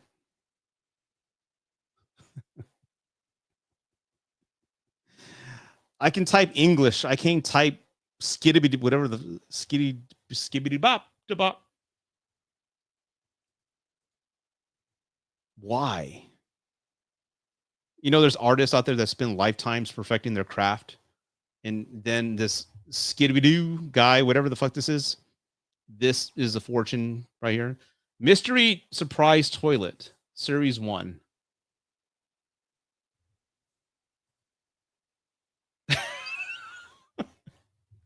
I've had enough. My body's in pain. Thank you. Thank you, Marcy. I appreciate that. Oh God. Okay. How do I shake this off? I feel filthy. Anyway, let's continue on here. Oh my Lord. Okay, hold up. Heretic was a religious movie that's not preachy, but really makes you ask questions. That's right up my alley. I got to check that out. I like questioning the establishment. Let's see here. Speak No Evil is awesome too. I saw the trailer. Speak No Evil. Which one's that one? Why am I thinking the one that starred Kane? Remember that movie? Speak No Evil. Oh, that's the one with Professor Xavier, the remake.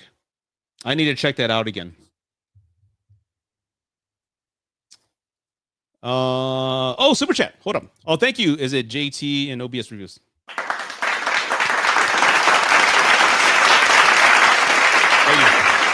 you. You're pretty good. Sequel Showdown. Please rank T2, Aliens, and Godfather Part 2. Peace and respect from South Australia. Lex Luthor, ruler of Australia. Oh my God. Ooh. Right now? Oh shit. T2 Aliens. Damn it. That's like Cody's question. These type of questions, people, you got to be careful. They can rip a hole in space and time. I mean, this is dangerous. But again, with the super chat, I will answer it. Fuck.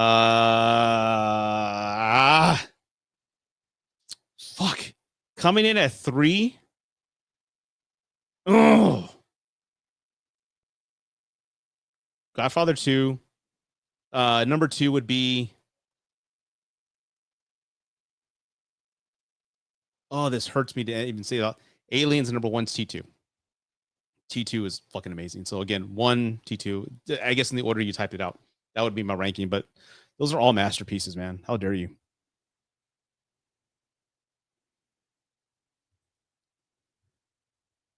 Are you fucking kidding me?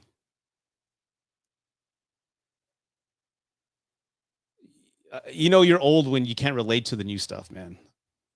I checked out. Thoughts on Australian horror films? There's 2 that I love. Oh, what was the name of that movie? Wolf Creek. That creeped me the fuck out, man. Yeah, like oh shit. He was like, head on a stick, you know. Where are you going there? You know, like that movie really freaked me out, dude. That was a great movie. Also the other one. Yo, help me out here. It was a found footage. It was like a found footage movie in a way. The young girl goes missing. She goes on a field trip, and the family. It's like a documentary, and the family's talking about her death. That really creeped me out. It was done so well. Which movie was that? Help me out here, chat. What was it called?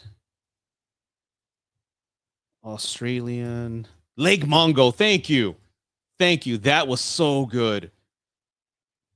Got the genuine creeps watching that movie. That is so damn good. Yes. Those are the 2 that I can think of right now. Holy shit. Whoa.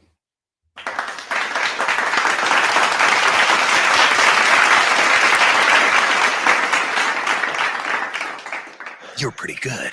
And you get an extra one too here. Just kidding.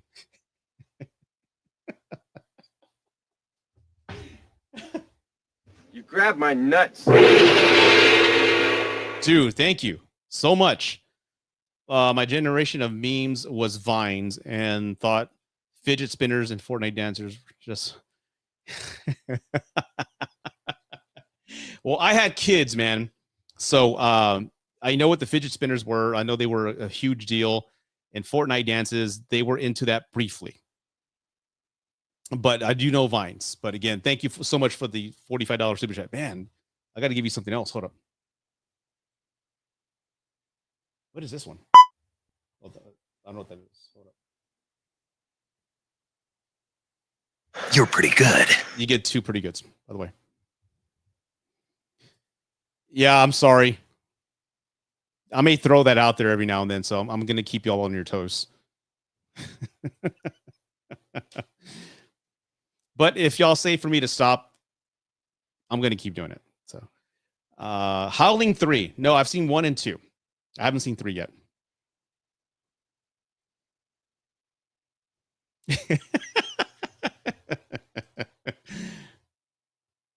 Sorry, but not sorry. Yeah, I mean, again, each generation has their own thing. Going back to your super chat, Marcy, again, it's their thing. You know, I totally get it. It's fads. I'm not speaking ill of it. That's what you grew up with.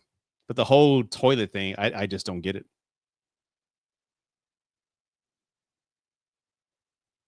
Watching this. Yes. Yes. Oh my God. I'm glad I made your day.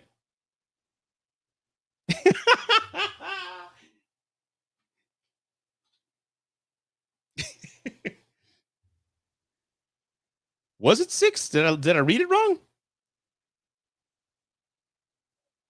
Well, it doesn't matter. It's 45. So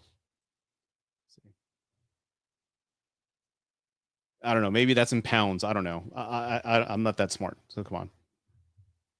But sincerely, thank you. It doesn't matter. The amounts don't matter. It's just the fact that I appreciate the gesture is what I'm trying to say. Don't do that at all. Okay. I got to be cognizant. Not everybody here may be 21 or over. Okay. Just, hey, if they question it, just go to the room and say, I'm not watching anything. It's Rudy's fault, and Rudy can play it again so you can hear it. And there you go.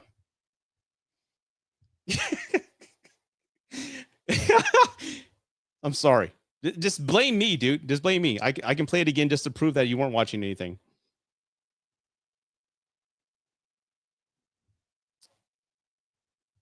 Well, again, 45, again, it's a gesture. I appreciate the gesture. I really do. You don't have to, but again, any little bit helps. Sincerely, thank you.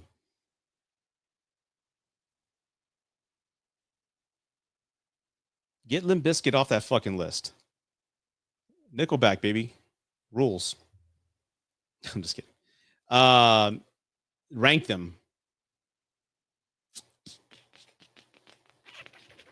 Believe it or not, I'm not really a big Disturbed fan. I like their music, but I couldn't name more than Down with the Sickness. But I know of them. Hell, I even think I saw them in concert one time. You know what? I would say 1 is Limp Bizkit, 2 is Nickelback, and then 3 is Disturbed.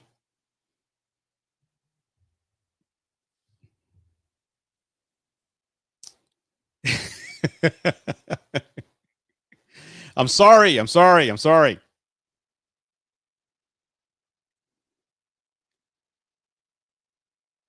only thing the sex noises. You know what? I'll re-upload it and lower the volume. Yeah, wow, Spurs question. Okay. Let's see. Rudy, you think the Spurs will make the playoffs this year? Wemby turns 21 this weekend. Yeah, I think we will. I think it's always around February. The rodeo road trip is when they start coming together, and we find out the team that we're going to have. They're still learning how to play together.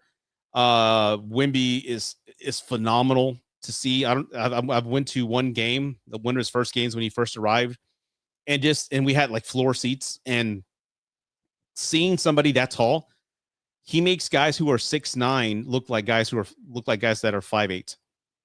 It's insane how big he is, and just the things he does you just never seen before. So yeah, I think they will. When will we win a title? I don't know. That's the most love Nickelback has gotten in years. Just being at 2 is quite popular. I don't know where that hate came from. I think it was more like the social media thing. They didn't suck. They were fine. I can't name a bad song. I mean, I didn't buy their albums, but anything that I heard, I liked. So I don't know why they get all the hate. I think they're just being picked on and bullied on social media. And people just say they suck just to say they suck. Oh, very cool. Very cool. Yeah, I love my Spurs. I'm from San Antonio, by the way, for those who are curious. Let's see. Any other topics you guys want to talk about? Again, this was just going to be a random live. Again, I appreciate everybody here joining. I will chill out with the moaning sounds because, again, I've got to recognise it's late. I don't want to wake anybody up, put anybody in trouble. But yeah, I wanted to really get on here, just let you know what I have plans to do here. At least 2 videos a month is fine. I want to at least do 1 live a month. And that's a good balance between this page and then you have the root device page and my podcast and all the other things that I'm doing. And plus get your suggestions on what you want me to watch. So again, for those just joining now, if you have any suggestions, I have top filmmakers. Check out Mickey 1992, top 10 horror remakes, Heart Eyes, and then Nick Cage ranking with horror. I think that one seems like a lot of fun. I think I'm going to do that one. But any other suggestions would be much appreciated.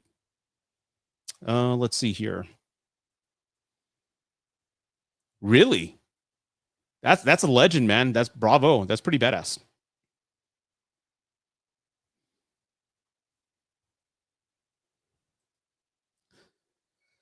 Your Metal Gear Solid video is one of the best on YouTube. Are you going to do more in-depth documentary style videos? Ooh. Thank you for saying that. So for those who don't know, he's talking about my Metal Gear Solid review I did. It's one of my first videos I've ever done. And it's one of my favorites. I did it because I truly love Metal Gear Solid.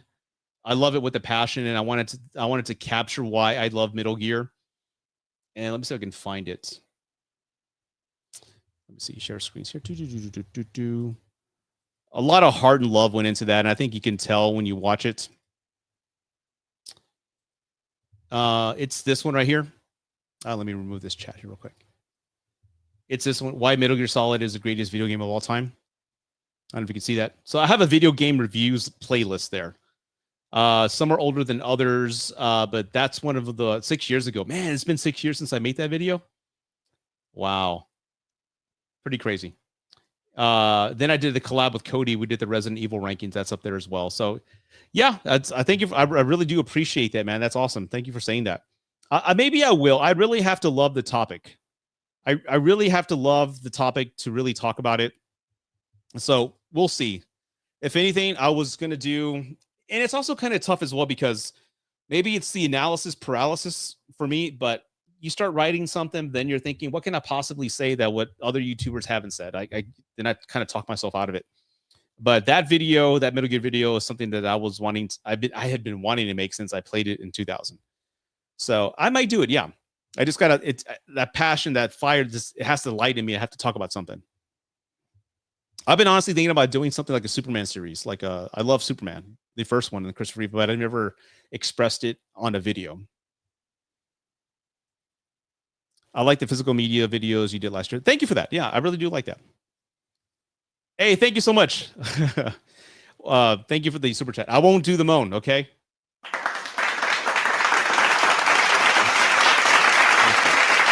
Thank you. You're pretty good. Thank you so much. That's totally random. Okay, I don't think that's a question. Just a statement there. Okay. The world wouldn't be the same. What's the reason when they die? The world wouldn't be the same. Oh, are you asking like what celebrity, if they pass, the world wouldn't be the same? Ooh.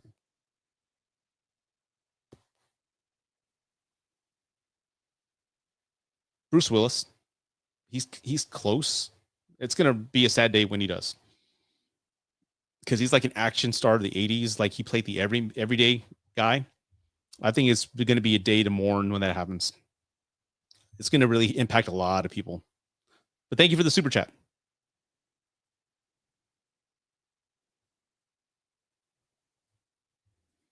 You hear that Chad Kroger loves taking part in.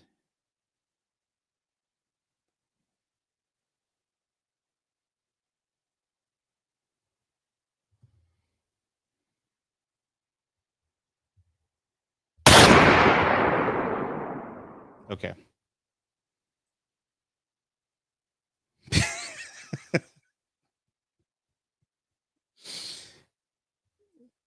Thank you, Dice.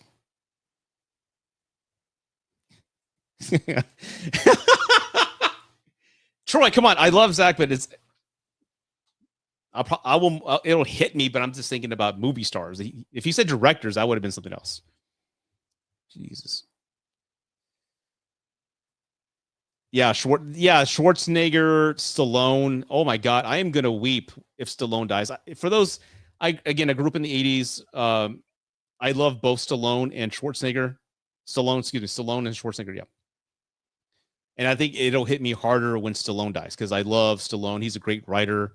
I love the Rocky movies with a passion. I love the Rambo movies with a passion. I love Copland. They're great films, and Tulsa King is also good as well. That's going to really hit me because I have like a lot of Rocky memorabilia in my front room. I was prepared this time. Well, again, unless somebody says hit the moan again, I'll give everybody some time to prepare. I think an 80s horror tier list would be cool. Your Metallica one rock. Thank you, man. I really appreciate that. That was random. That was just my metal mood. I put that there. 80s horror tier list.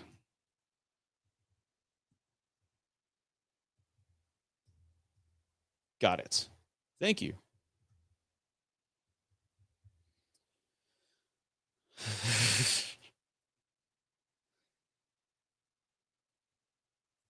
I was so expecting. I got to keep you on your toes. I'm glad you're doing that, by the way. Yeah. That required a round for that bad joke. Bruce turned 70 in March. Hope he makes it. I know, man. I hope he does too. Okay, let's put that to bed already.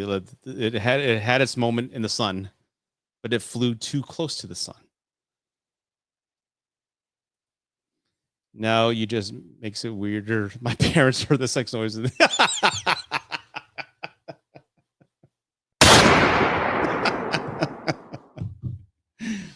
Son, what are you watching in there?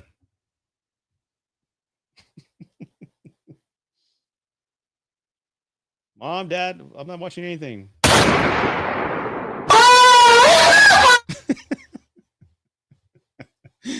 John Okay, let's see. Ooh, in the same vein, rank John Carpenter films. You know what? I haven't known that. John Carpenter films.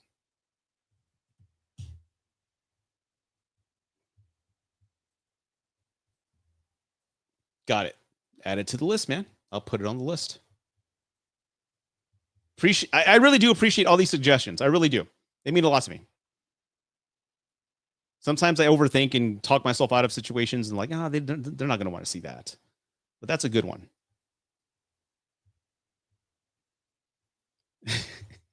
Hit them. I'll hit it during the 31 on 31 debrief, just randomly. So be prepared. I'm giving you all the heads up. Sometimes he talks himself out of. I sometimes do. Or ideas. I think there should be a universal rule that Rudy can't. What can?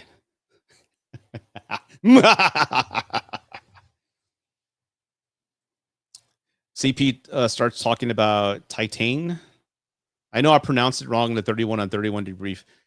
FYI, that's just me. I have a tendency to mispronounce certain words, names. I forget names. I say but again quite often. And I'm working on the dialect, okay? I'm working on being a better speaker when it comes to talking about movie reviews. I've always approached this, like I said, when it comes to movie reviews, I am just me. And if you notice, I talk about how the movie makes me feel. And that's just something I've always done. I think it was Roger Ebert that said, movies are just art. They're subjective. Talk about how they've impacted you and how they made you feel. So I've always gone with that. Sean and Cody are the best movie reviewers. I love the fact that Cody can just like turn on the camera and just talk for like 20 fucking minutes about a movie. I'm like, how do you do that, man? I say all I need to say in 7 minutes, maybe 5. But I love that. You know, some people are just wired that way. CP is a great reviewer. So is Brian. I think I'm the worst when it comes to ranking all of us. I'm just me, and I do need improve if I want to get better on YouTube or get a larger audience. I'm going to call myself out like I always do. I do need to work that out. There is a lot of authenticity with me, raw authenticity, but I do need to work on a few things. That's just me. Let's see. What is this? Troy, what are you watching in there? Nothing is 47. I appreciate the compliment. Yeah. Be prepared for the moans, everybody. I'm telling you now. Well, I'm 18 and I'm... Oh, you're fine. You're supposed to be watching that type of stuff at 18. I'm just kidding. You're fine. Don't worry about it. You grabbed my nuts. You're fine. That's why I like your reviews. You talk about the emotion. Yeah, and again, I said it again. You see that? I got to work on that. I think we should do like a shot, shot glass game. If every time I say "but" again on the 31, we all take a shot. I promise you, like maybe half of you are going to have alcohol poisoning by the time we get to number 10. But I've got to work on that. But yeah, that's what I do. I talk about the raw emotion. That's just what I've always done. But again, I do need to tweak a few things here and there. Because there's sometimes I go back and watch my own videos. I never watch my own reviews after I'm done with it. I never rewatch. I watch it once for like I guess editing errors. I'll just check it to see if I messed up here and there. And sometimes I even still miss some errors, but I can't go back and watch my own videos. I can't. Just it feels weird. Rudy can't say Titan, right? I had to look it up. This shut up. Dice. All right. Don't sell yourself short, man. Thank you. I appreciate that, man. I really do. I really do appreciate that. This is just my own you know how they say you're your own worst critic? I'm always hard on myself. You have to be.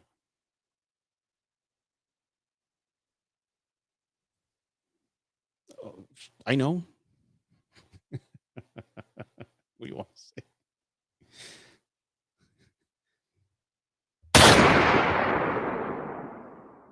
Hold still. Gotcha. You're like Neo. You're dodging them now. Is supposed to, well, you see. What is your celebrity look-alike? I can tell you what many women have told me I look like, but I'll just leave it to you. What do you guys think?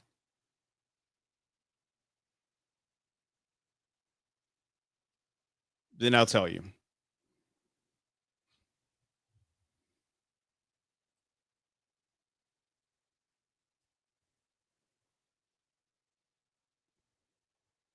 Let's see, what do we have?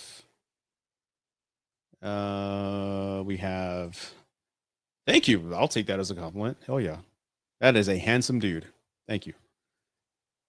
That one, definitely. A lot of women said I did. That one year for Halloween, I dressed up as Negan. Dude, I had to beat the ladies off with a bat. It was that bad. I'm not kidding either. But that one, yeah, definitely. But that's the first I've ever heard of that one.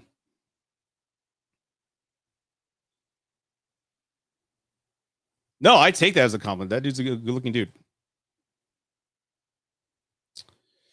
While you guys are thinking about what celebrities I look like, what about The Lost Boys? It's a great flick. I love it. Goals for 2025. That's a good one, Jigsaw. Thanks for asking that. Let me see. I still want to continue to take care of my health. Right now, I gained a little bit of weight on the holidays. For those who don't know, I had a mini stroke this past summer. Pretty scary shit, man. And I could have died. No funny things about that. I could have died.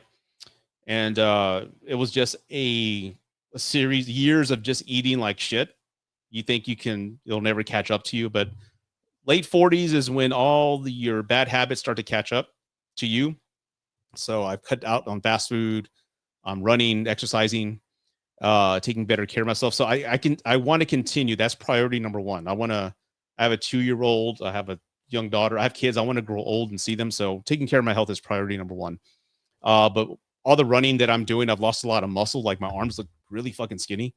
So I want to start lifting some light weights and get my blood pressure lower. From a creator standpoint, I want to hit 10,000 subscribers by the end of March. I'm at 9,100, I think, and 10,000. That's going to be a huge milestone for me. I never thought it would happen, and here I am. I want to be very consistent with this, and of course, with the Root Advice platform, I started a coaching business, and that's doing really well. And I just love being a mentor and helping people going through some tough times. So I want to continue to have that grow, and hopefully it grows to a point where my wife can quit and run the business with me, and they can grow from here. Definitely. What else? Build a larger community here. Definitely want to do that, and do more lives and interact with you. I need to be consistent with that as well. What else?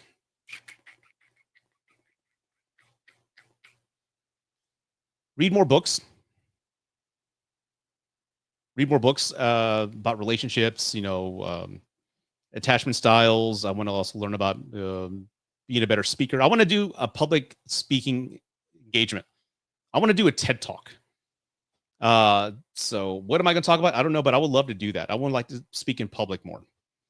But what else? That's all I can think of. But yeah, that's it. Those are like the goals for 2021. Continue to do all the things I've been doing. Let's see what else we have here. Thank you that's a great question. Let's see here. Oh, my parents are probably wondering if I watch. Can love bloom on the battlefield? Sure it can.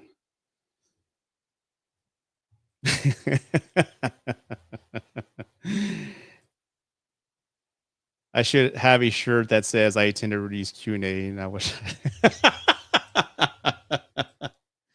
Oh, check this out. I want to share this with everybody. I don't think this is public yet, but I hope did you guys like that song, that No More Rudy song that I played at the end of 3131? Well, I get a lot of feedback from it that people loved it. So I made a shirt. It's not on my store yet, but if you guys want to check it, if you love it, get one. It's there. I got to put like a promo code for discount, but I think it's up yet. I don't know yet, but yeah, rock shirts there if you want to check that out. But a lot of people really love that AI song. And again, for those who don't know, at the end of my 31 on 31 video, I came up with a scene where like someone's got to kill me. Like I think I'm gonna make Cody kill me. And why is he gonna kill me? Oh, because him and CP are gay. Perfect. And it worked. And I go, hey, Cody, CP, this is what I want to do. And they're like, okay, cool. I'm like, yes. So I came up with that idea, but I wanted it to end like a Dream Warriors song. I wanted it to end like a Dream Warriors with like a crazy 80s metal song, because I love Dream Warriors. And I didn't know this, but I went to a website, and you pay $20 for a 1-month subscription. And the lyrics, I just went to ChatGPT. I went to ChatGPT and said, hey, I want a song about two guys that are in love named CP and Cody, and they love the movie Abigail, and they killed a YouTube movie critic named Rudy who loves Zack Snyder movies. And then it gave me the lyrics, and then I copy and pasted those lyrics into this AI's website, and I had to go through a few versions of it. Like it gave me like 5 of them, and I'm like, no, this doesn't sound right. And finally, I typed in, make it sound like a Dawkins song, and then that came out like perfect. So, and that's how my 31 and 31 ended, was that AI song, and it's kind of scary how good it sounded. Right? It sounded really good.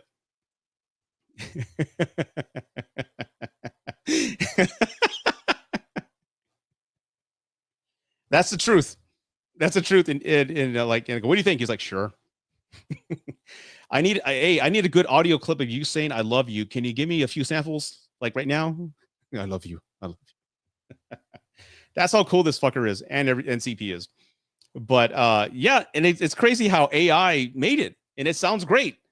And I'll go, that's a perfect ending for like this little mini movie. So again, a lot of people were talking about it, and I'm like, okay, let me make a little shirt. So there you go.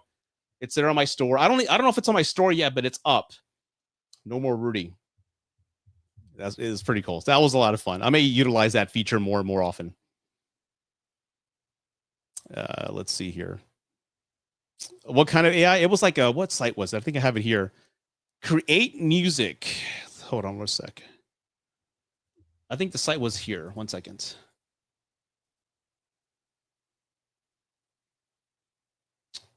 Hold on. Let me share screens for everybody. Hold up. This is the site. Make best music. Type of style. You pick trance, whatever. You copy and paste the lyrics right there, and then you generate it. And it gives you samples. It gives you 2 samples per request, and it's $20. And it gives you, look, I still got 149 tokens left. So I can still make 149 songs with the $20 that I spent. So that's how the song was made. I didn't have a band play it or anything like that. It was just AI. And it's pretty damn scary how great it came out. Anyway, the t-shirts are available, kids, if you want to get one.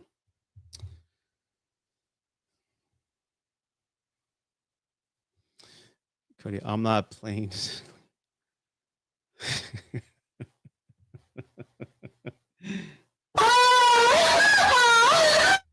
Okay. It would be so funny if that was like Last Christmas, but just you can. You want to let me see. Well, I'm kind of going off script. Let me see if I can make a song. Let me go to ChatGPT. ChatGPT. Okay, let's see. Make me, let's see, write me a song. Give me a second, write me a song about 2 guys named Charles and Cody who are in love. It's Christmas time. And it's Christmas time. Sorry.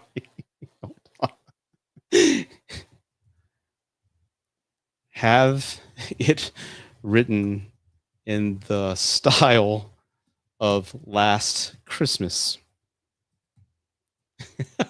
I'm going to make this right now, dude. Hold off.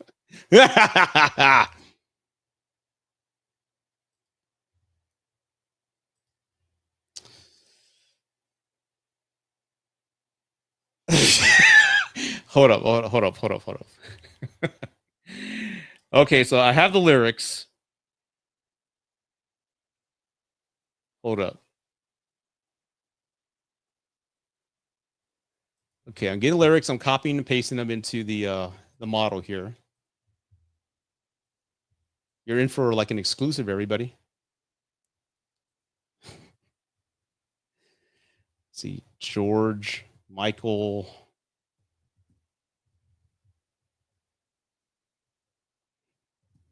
Last Christ.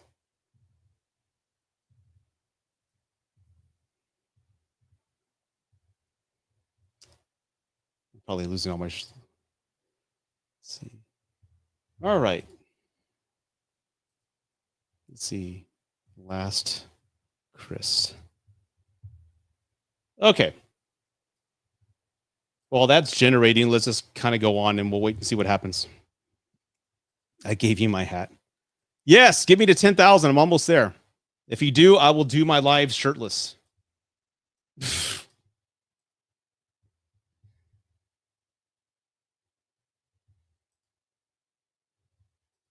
Let's see here.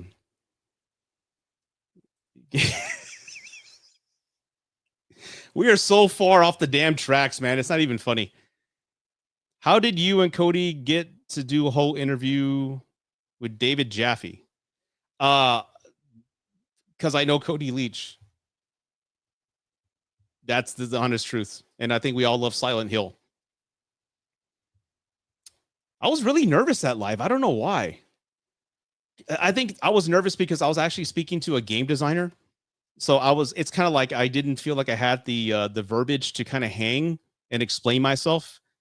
And I know the audience itself was all gamers. So I was really kind of hesitant and like holding myself back. I was like, I liked it because it's scary. But that was fun, man. That was fun. And again, I appreciate the leech for thinking about me for the invite. Oh, let's see here. The song's still generating, so I'm waiting for that to come up.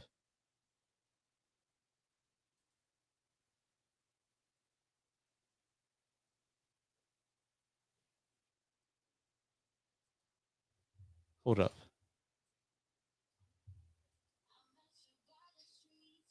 That's not George Michael.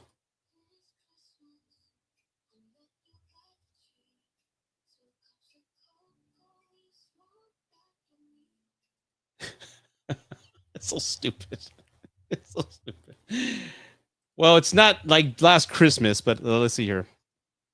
Let's see. I don't know if you guys can hear it, but let me just.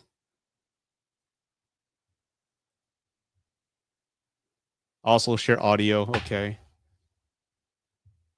The lyrics are over here if you want to see the lyrics. This year it's all crystal clear. I'm in love, my dear Cody. This Christmas I met you by the tree. 2 cups of cocoa, you smiled back at me. This year it's all crystal clear. I'm in love, my dear Cody. We'd string up the lights, hang tinsel in the air. Snowflakes would fall as we dance without a care. Charles, you're the one, you light up my life. Underneath the mistletoe tonight. Oh, Cody, you're my holiday star. In your arms, I Y'all enjoying this? You are. Oh, Charles, with you I'll always stay. You make every Christmas day. This Christmas I'll give you my heart. Together we'll never be apart. Next Christmas we'll make it our own. 2 hearts in love, our home we've grown. Stockings by the fire, your laugh fills the room. It's bringing a tear to my eye. Chase away the winter gloom. Holding your hand as we watch the snow fall. In your love I found it all. That's so beautiful. Cody, you're my gift, my reason, my cheer. Charles, every day's like Christmas when you're near. We'll write our own story, just us two. Every December, oh my God, that's so pretty. I'll fall for you. That's so pretty. This Christmas I'll give you my heart. Together we'll never be apart. Next Christmas we'll make it our own. 2 hearts in love, our home we've grown. That's enough. There you go, everybody. Heard for the first time exclusively on Gen X Reviews. Want a copy? It'd be $1.99 on Spotify. I'm kidding. Yeah, but it's crazy. I mean, AI is insane, right? How you can just generate a crazy song like that. It's insane. I was reading that. Let's see. I know it's supposed to be funny, but it's actually scary how quickly you can cook up. Yep, that's what I'm saying. And I was watching on, I saw some sort of like broadcast from Google.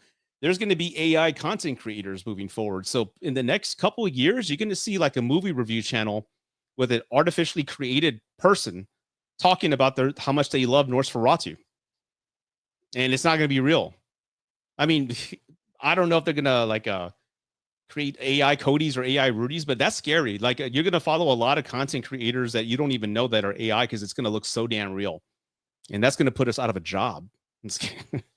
But it's scary. You see, I cooked up a studio quality song in less than 3 minutes. Insane in the membrane. Insane.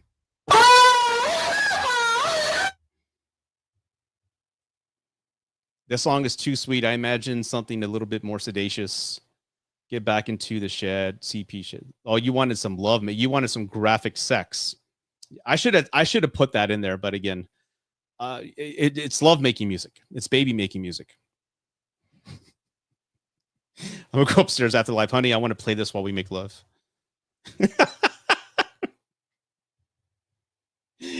Oh shit. The Terminator from 40 years ago warned us. I know. And here we are meddling in powers we can't possibly comprehend. Scary times, people. Scary times.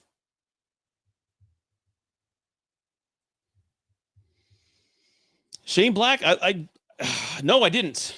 I'll check it out. I'll put, what is it called? Play Dirty? Of course it's called Play Dirty. Play Dirty. What time is it? It's gonna be 10:30. Okay. Play Dirty. I thought it could have been too close. Just more. I should have typed it. Rewrite the song and just make more gay. I should have done that. Now we still need peeps so we can relate to. I know. I'm totally with you, man. It's just that's what we say. But what about our kids who are like 8 or 9? I mean, there's a lot of people growing up with devices in their hand and growing up with content creators that they see, and they don't know the difference between fake and real. So us, yes, but we're the older generation. We're going to be weeded out later on. So who knows what's going to happen?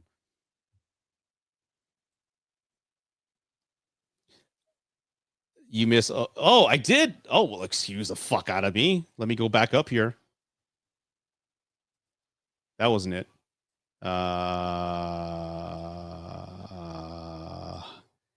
He reached out to me. Where's your fucking joke?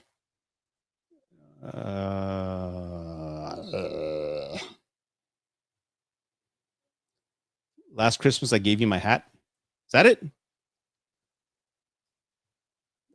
Where did it go? You may have to recopy and paste it, man.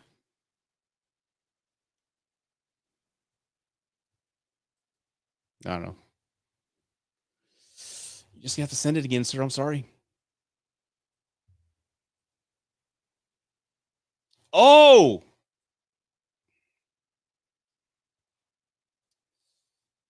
Okay. Oh, to the question that was asked earlier. I started talking with Issue did on Twitter. I was on his channel once talking about our top 10 games. Then he guessed when he reached out to me about Silent Hill 2 and asked if I had any friends I could join. Brian CP and Dumbbells Roll. Heyo! Shots fired, everybody. Shots fired.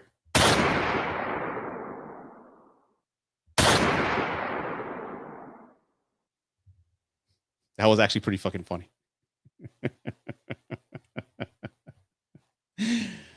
Hey, I don't mind being a plan D. D's for delivery, man. I deliver that shit all day, every day. Is it just me or is that song still in your head, everybody?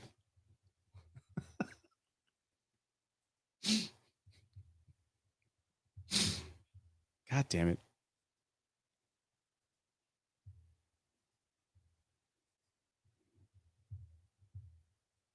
By the Christmas tree, we'll make a vow. In your eyes, I'm lost right now. Snow falling softly, candles burn bright. It's a perfect winter night. This Christmas, I'll give you my heart. Give you my heart. Together we'll never be apart. We'll be apart. Next Christmas, we'll make it our own. Two hearts in love, our home we've grown. Chosen Cody, love's here to stay, making memories every Christmas day. Yeah. Through the years, we'll always know this love is evergreen like the mistletoe.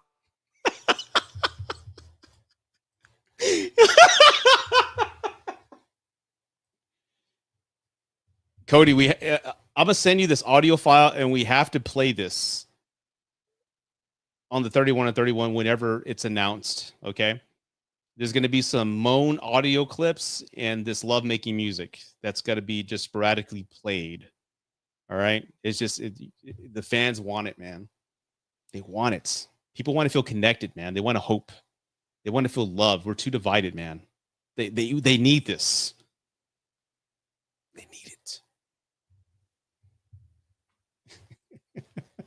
Right? You just like, you're at Kohl's and just like in the dressing room, like, what the hell is this? I agree. Maybe I should upload that song to my channel so you can play it at your heart's content. Possibly.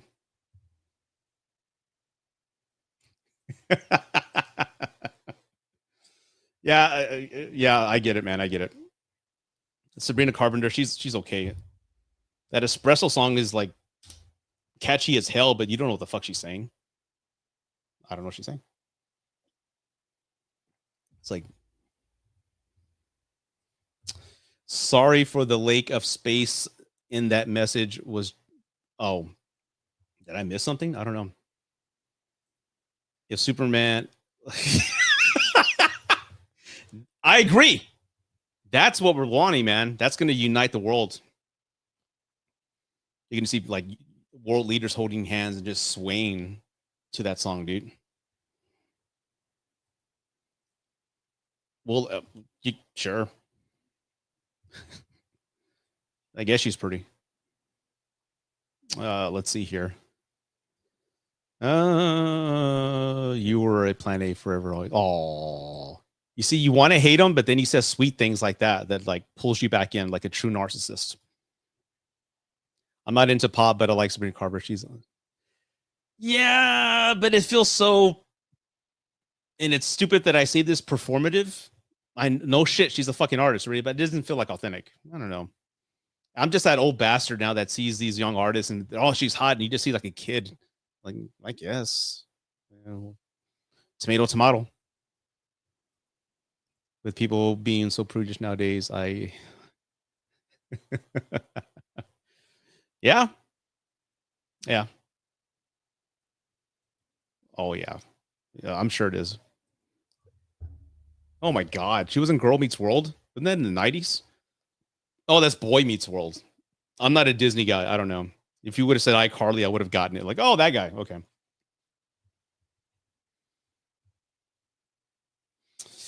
Yeah, I mean, I'm just so disconnected.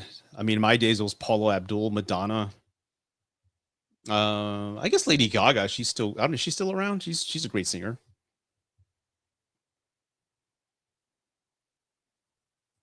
Yeah, Zendaya.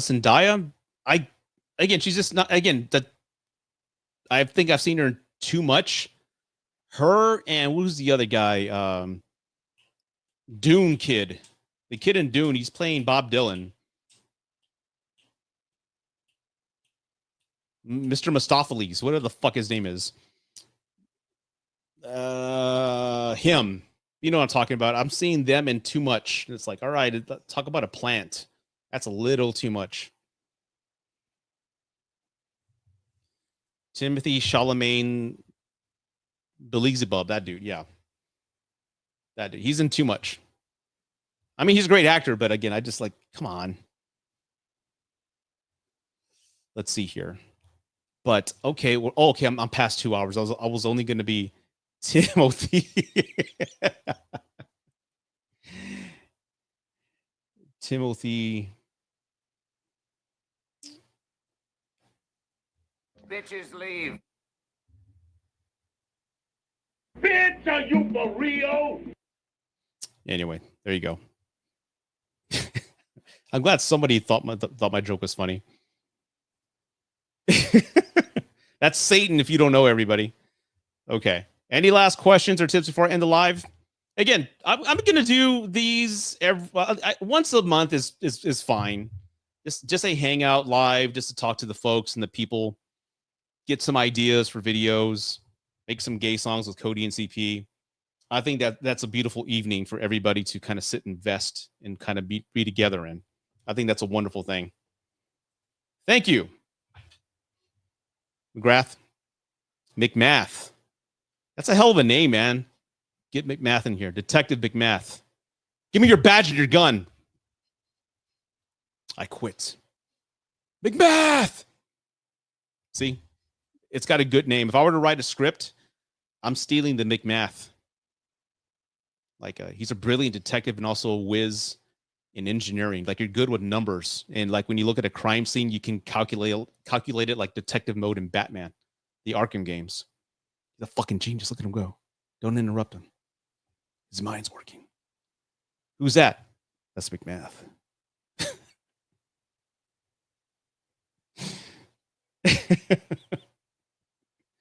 This is ADHD brain at 47. Just goes on random tangents. Take it for what it's worth. All right. No, I will after the live, sir. I will.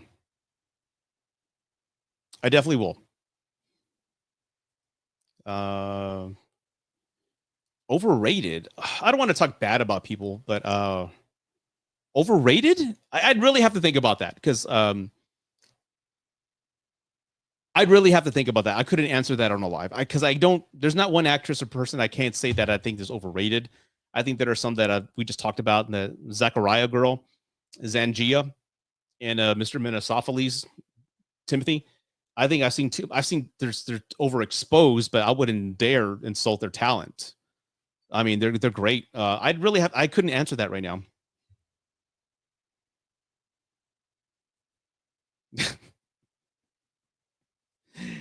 I will give you permission to use my name if you can record it. Yeah, McMath. It's a hell of a name, dude. Detective McMath takes down the Tokyo crime syndicate. Electric Dragon. They import heroin from overseas, and they've been polluting the schools in the local urban cities, and he's going to go in there and shut that shit down. McMath.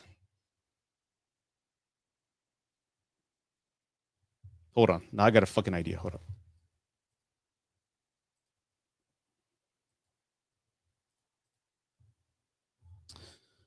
Write me a song that sounds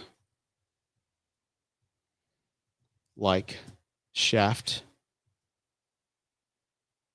but with the name McMath. He's a hard detective that is cleaning up the urban streets. Hold on. This is important. Hold on. From drugs. And he is great at math and a former pimp. This is going to be gold, man.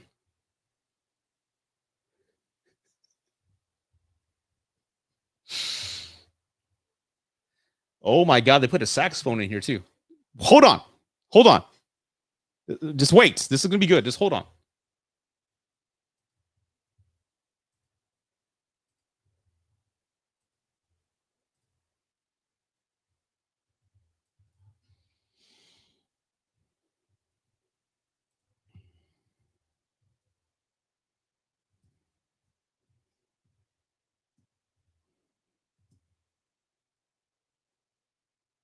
How would you describe Shaft? Like the song, 70s funk? Help me with some like definitions here. How would you describe that Shaft song? Like 70s funk? Or help me out here before I hit the submit button. McMath and his wife. I'm going to put funk.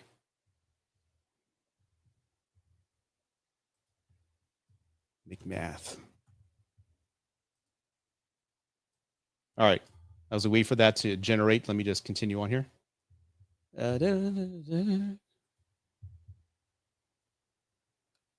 With a lot of pedal guitar. Let's see here. I think I finally have 131 movies organized. I will give positive reviews on top 75. Okay. I'm going to guess Abigail is going to be in the top 10.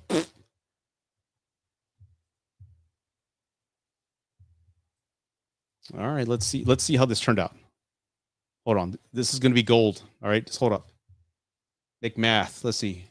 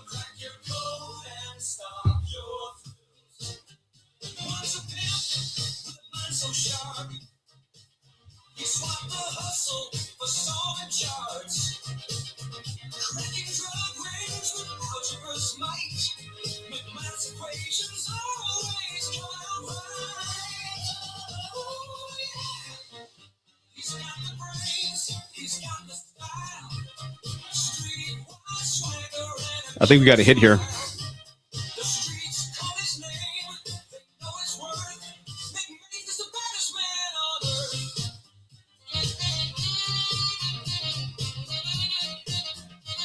Hey, they got a sax solo in there, dude.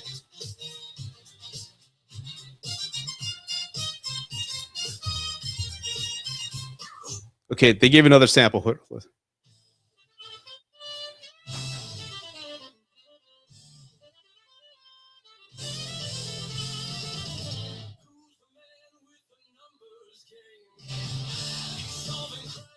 Nah, I like that first one. So there you go, McMath. There's going to be the that is going to be the original song for my original detective drama, McMath.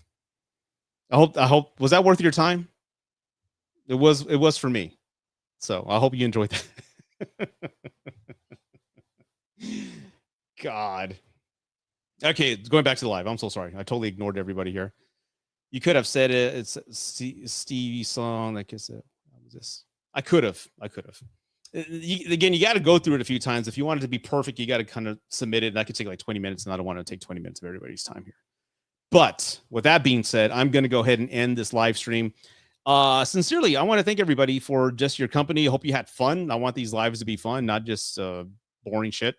But I hope you had fun. Hope you guys had a great time. Thank you for all the suggestions. Okay, most anticipated movie of the year. Come on, Superman. Easily. Yes, it was worth my time and everything. Okay, but goodbye, everybody. I'm really glad you had a good time. I appreciate this. I'll do one live a month like this. And again, I will see everybody soon on the 31 and 31 debrief, which is coming up. I don't know when, but apparently soon. But good night, everybody. I wish you the best. And take care, all right? Have a good one. Don't forget to subscribe and do all that stuff for me. I would appreciate that.